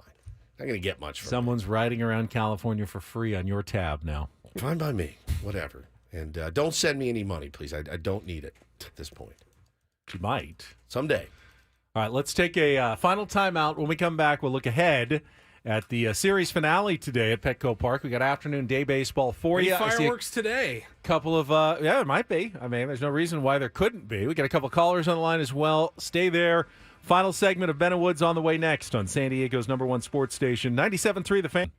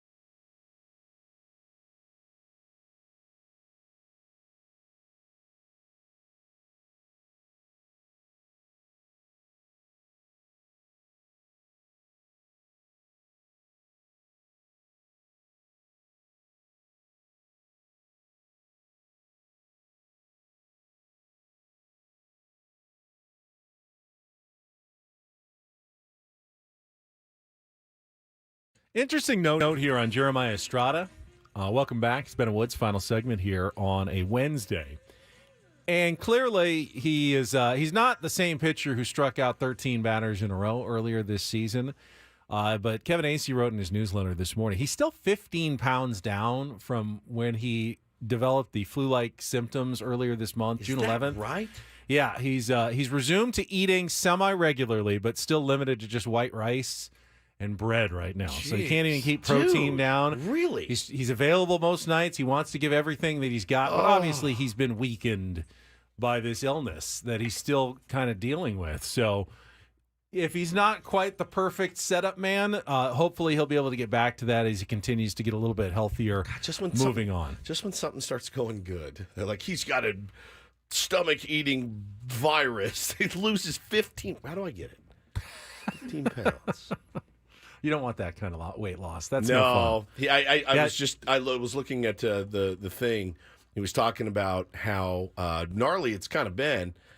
And he said when he had COVID, he goes, it's nowhere close to what I had when I had COVID. Well, he almost died. He almost died. Yeah. And he spent 2 weeks in the hospital. He said, yeah, I've spent like 4 hours throwing up, but I threw up for 24 hours when I had COVID. Yeah, I mean, the velo was up last night. Command's a little shaky right now, but man, that's tough. And I think the run, it was an inherited run with Stephen Kolek, which was unearned because of the not a great play by Luis Arias. Luis Arias had two really bad plays. When you're up by, what was it, 5 runs, touch first before you try to get the double play. If you don't get the double play, fine. You got an out. Get the sure out. You're 6 inches away from a sure out. Take the sure out first. Ask Paulie my message to the tier ones every Sunday is what? Collect outs. Just get the out. Collect Always outs. take a sure out. Be sure of one. Everyone loves the double play. Who doesn't love a good DP? Collect an out. It's his adult league. Make a play. And then it's the 9th inning. The game is literally over. The ball is in his glove. In your glove. You beat it's over. Oh. It bounces out, and all of a sudden the tying run is coming to the plate after the C.J. Abrams single. And I mean, you had to have the thought, like, please, Lane Thomas, if you hit a home run here, and this game is now tied again, it really would have been one of the most gut-punching moments as a Padres fan I can even remember. Legit would have thought about calling in sick. Legit would have said, I've been throwing up. I mean, obviously, Jurickson would have walked it off in the bottom of the ninth anyway. Clearly. But I didn't need that kind of drama. I had plenty of drama last night. This is a great quote, man, from Jeremiah. He says, my mindset is winners find a way to win. I want to do what I can to help the team. I've been doing my best. It's been a bumpy road. Had a couple outings. Some pitches have been hit. Some pitches have been left up in the zone. It's tough, man. He's trying to fight through it, as is most of the guys on this team right now. So again, I tip my hat to a lot of these guys out there grinding through some injury, and got a little nervous last night on the swing and a miss from Manny in his second AB. Kind of had to stop down for a minute, ended up staying in the game, drawing a key walk later in the game too. But yeah, man, they're pretty banged up. So try to keep that in mind, I guess, before we go ham on Twitter about a bad outing or a bad swing or something. I believe Bryce Johnson had the bunt single ahead of the Jurickson Profar Grand Slam. Was that his first single since he joined the San Diego Padres? Yeah. Is that his first big league hit? No. He had a home run, and he did. Yeah, he played a few weeks in the big leagues for whatever his previous organization was. So far, I mean, the Padres have won both the games that he's been in the starting lineup, but it does feel like you're kind of got more at-bats that you're now giving away at the bottom of the order with Tatis gone. At some point, that's going to hurt you, right? Yeah, and Eggy, I guess, was really working hard in the outfield yesterday. He's got to get in there. I mean, if he mashes left-handed pitching, you have another lefty on the bump today. Got to get Eggy Rosario some ABs. No question. Unquestionably needs to be in there today. All right, let's check traffic. We got some callers on the line. Final minutes. We'll look ahead to that matchup as well. All coming up here on 97.3 The Fan. From the 97.3 The Fan Traffic Center, here's Kelly Danick.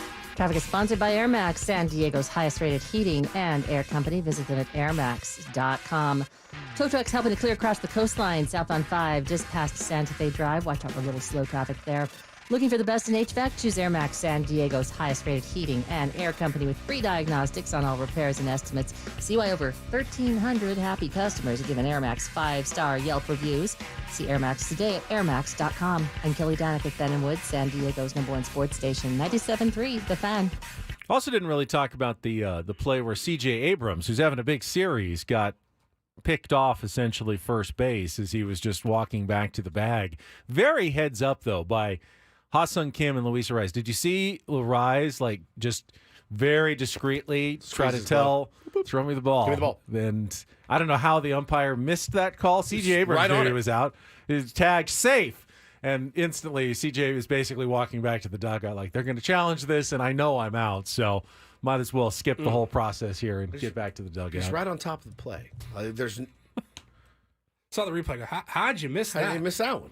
I think he took him by surprise. Yeah, I didn't see he wasn't ready. He was, safe. Just like Abrams wasn't ready, the umpire also wasn't ready. If you're Davey Martinez, you are so massively frustrated by that. Didn't he? He got picked off twice, didn't he? In the series, yeah. Yeah. I mean, one was a more traditional pickoff, but I mean, look, it drives you nuts. We've had our fair share of bad base running on the San Diego Padres this year, but giving away outs in a game like that just can't happen. But 833-288-0973, final minutes. Let's get a couple more callers in today after this this show. Jamie is calling us. Jamie, good morning. Welcome to 97.3 The Fan. Good morning, gentlemen. How you doing? Oh, this is umpire Jamie. He's calling. How did he miss that call? How did he miss that timing. call? And Perfect timing. So I was calling about the ejection, but on that one quickly, when you're at the field, even in professional baseball, sometimes guys are talking to you. Oh. They'll say, "Hey, Jamie," or something. You're kind of take a quick look, and you're not expecting anything right there at that moment. Yeah. And I'm always chatting sure you he's up. looking back, heard the snap of the glove, looks back, and he's like, "Oh, snap." It's so Okay. you But so if you rarely get tagged out. You cannot. And Jamie, I mean, as an umpire, you know you've got a 50-50 chance of getting it right.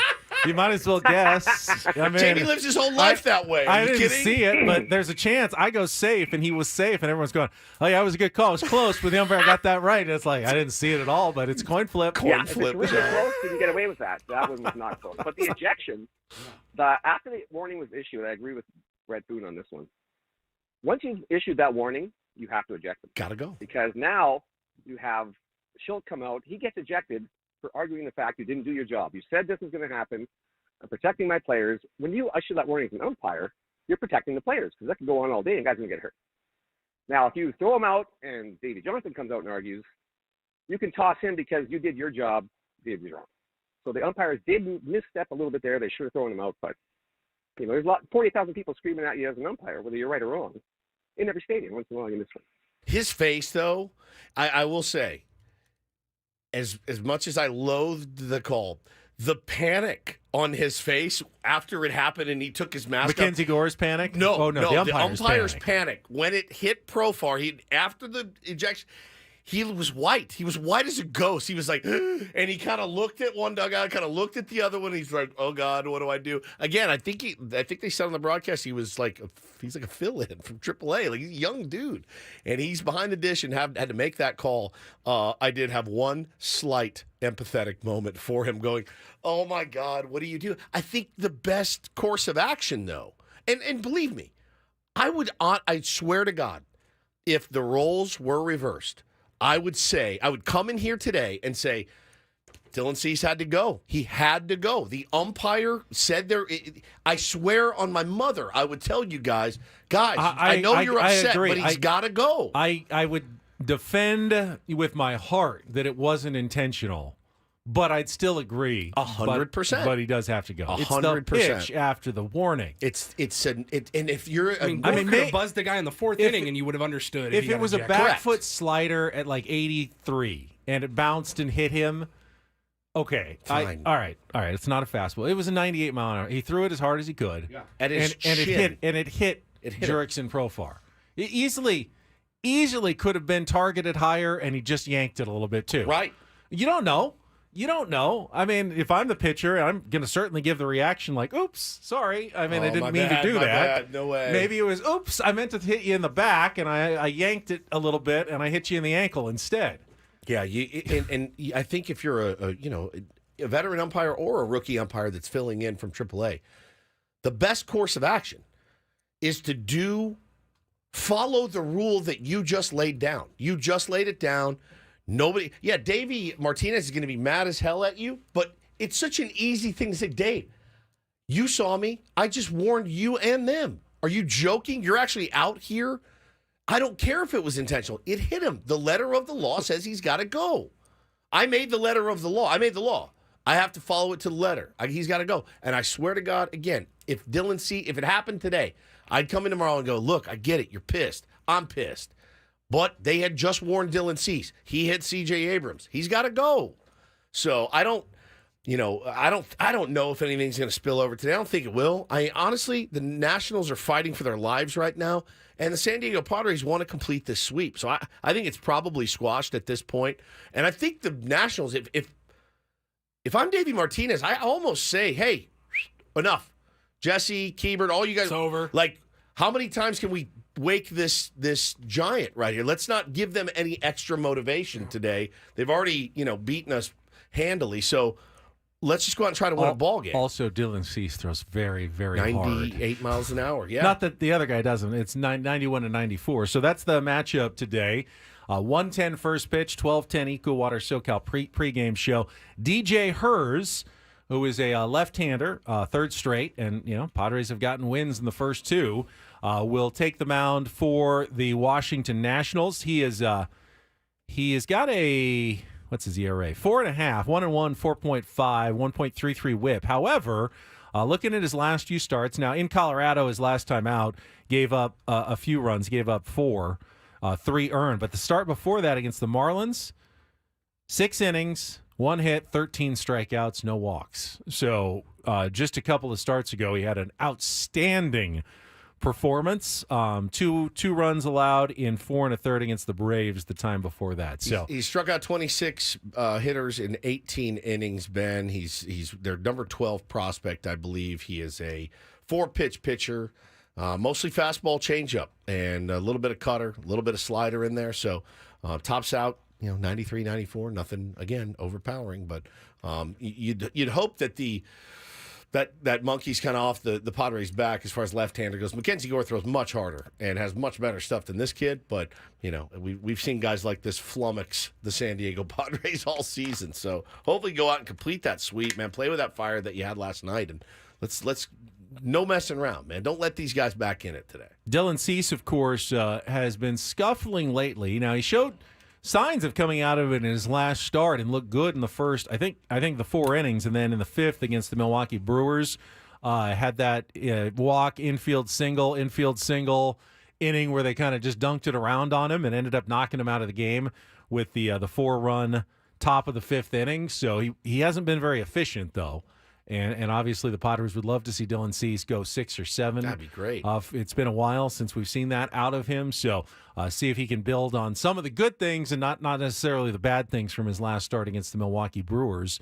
Padres did win that game, though, and will be going for the sweep this afternoon again at 1:10 first pitch. Yeah, I mean, heavily favored in this game. You got your a guy that had the potential to be your ace at the beginning of the season in Dylan Cease. Matt Waldron's clearly the ace of the staff right now, which nobody thought they would say, but he absolutely is, and he's earned it, man. He's pitched his tail off. So Dylan needs to go out and complete this thing today. I wonder if Sullivan will get the start behind the plate, day game after the night game, or if they'll try to go probably Higashioka against another lefty and squeeze one more day out of him going into an off day. He's a left-handed switch hitter. I thought he was left-handed. He's definitely can hit from the left side. Yeah.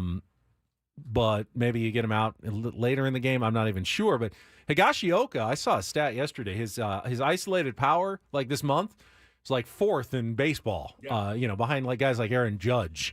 He has actually really been pounding the ball and, gives you a dangerous weapon while he's hot there near the bottom of the lineup. And with, Tatis out, you need as many weapons as you can get, and he's one of them. Who would have thought Kyle Higashioka would have been mentioned as a weapon, an offensive weapon for the San Diego Padres? He has been this month. Guys have really stepped up, so we want to keep that train rolling right now. So we'll be back tomorrow morning to talk about it all. 4 hours plus the extra hour for the roundtable tomorrow from 10 to 11. Looking forward to Annie and Elston coming up next. They'll have their own takes. Of course, Annie was in the clubhouse after the game. We played some of that sound that she got with Jurickson Profar. I'm sure she has other observations and anecdotes and sound for you coming up in their Padres deep dive as well. Pretty much our entire 4 hours were on that game. I'm imagining the next 2 until Sammy's pregame show will be more on last night's game and looking ahead to what they've got this afternoon. That was a fun one today, boys. It was a good one, yes. I know a lot of people were anticipating this morning's show. I hope we lived up to everybody's expectations. Always makes me nervous when I see those. Oh, can't wait for Ben. I'm like, oh, God, we better deliver. Only 9 more hours until Ben I'm like, oh, no. It was pretty easy to get up this morning. It was Do this very show, that's easy. for sure. Steve Sugimoto, thank you for coming in. Keep the streak going at the game this afternoon before you go to your rehab. For Paul Reindl, for Stephen Woods, I'm Ben Higgins. Have a great rest of your Wednesday. From all of us here at San Diego's #1 sports station, 97.3 The Fan. So long, everybody.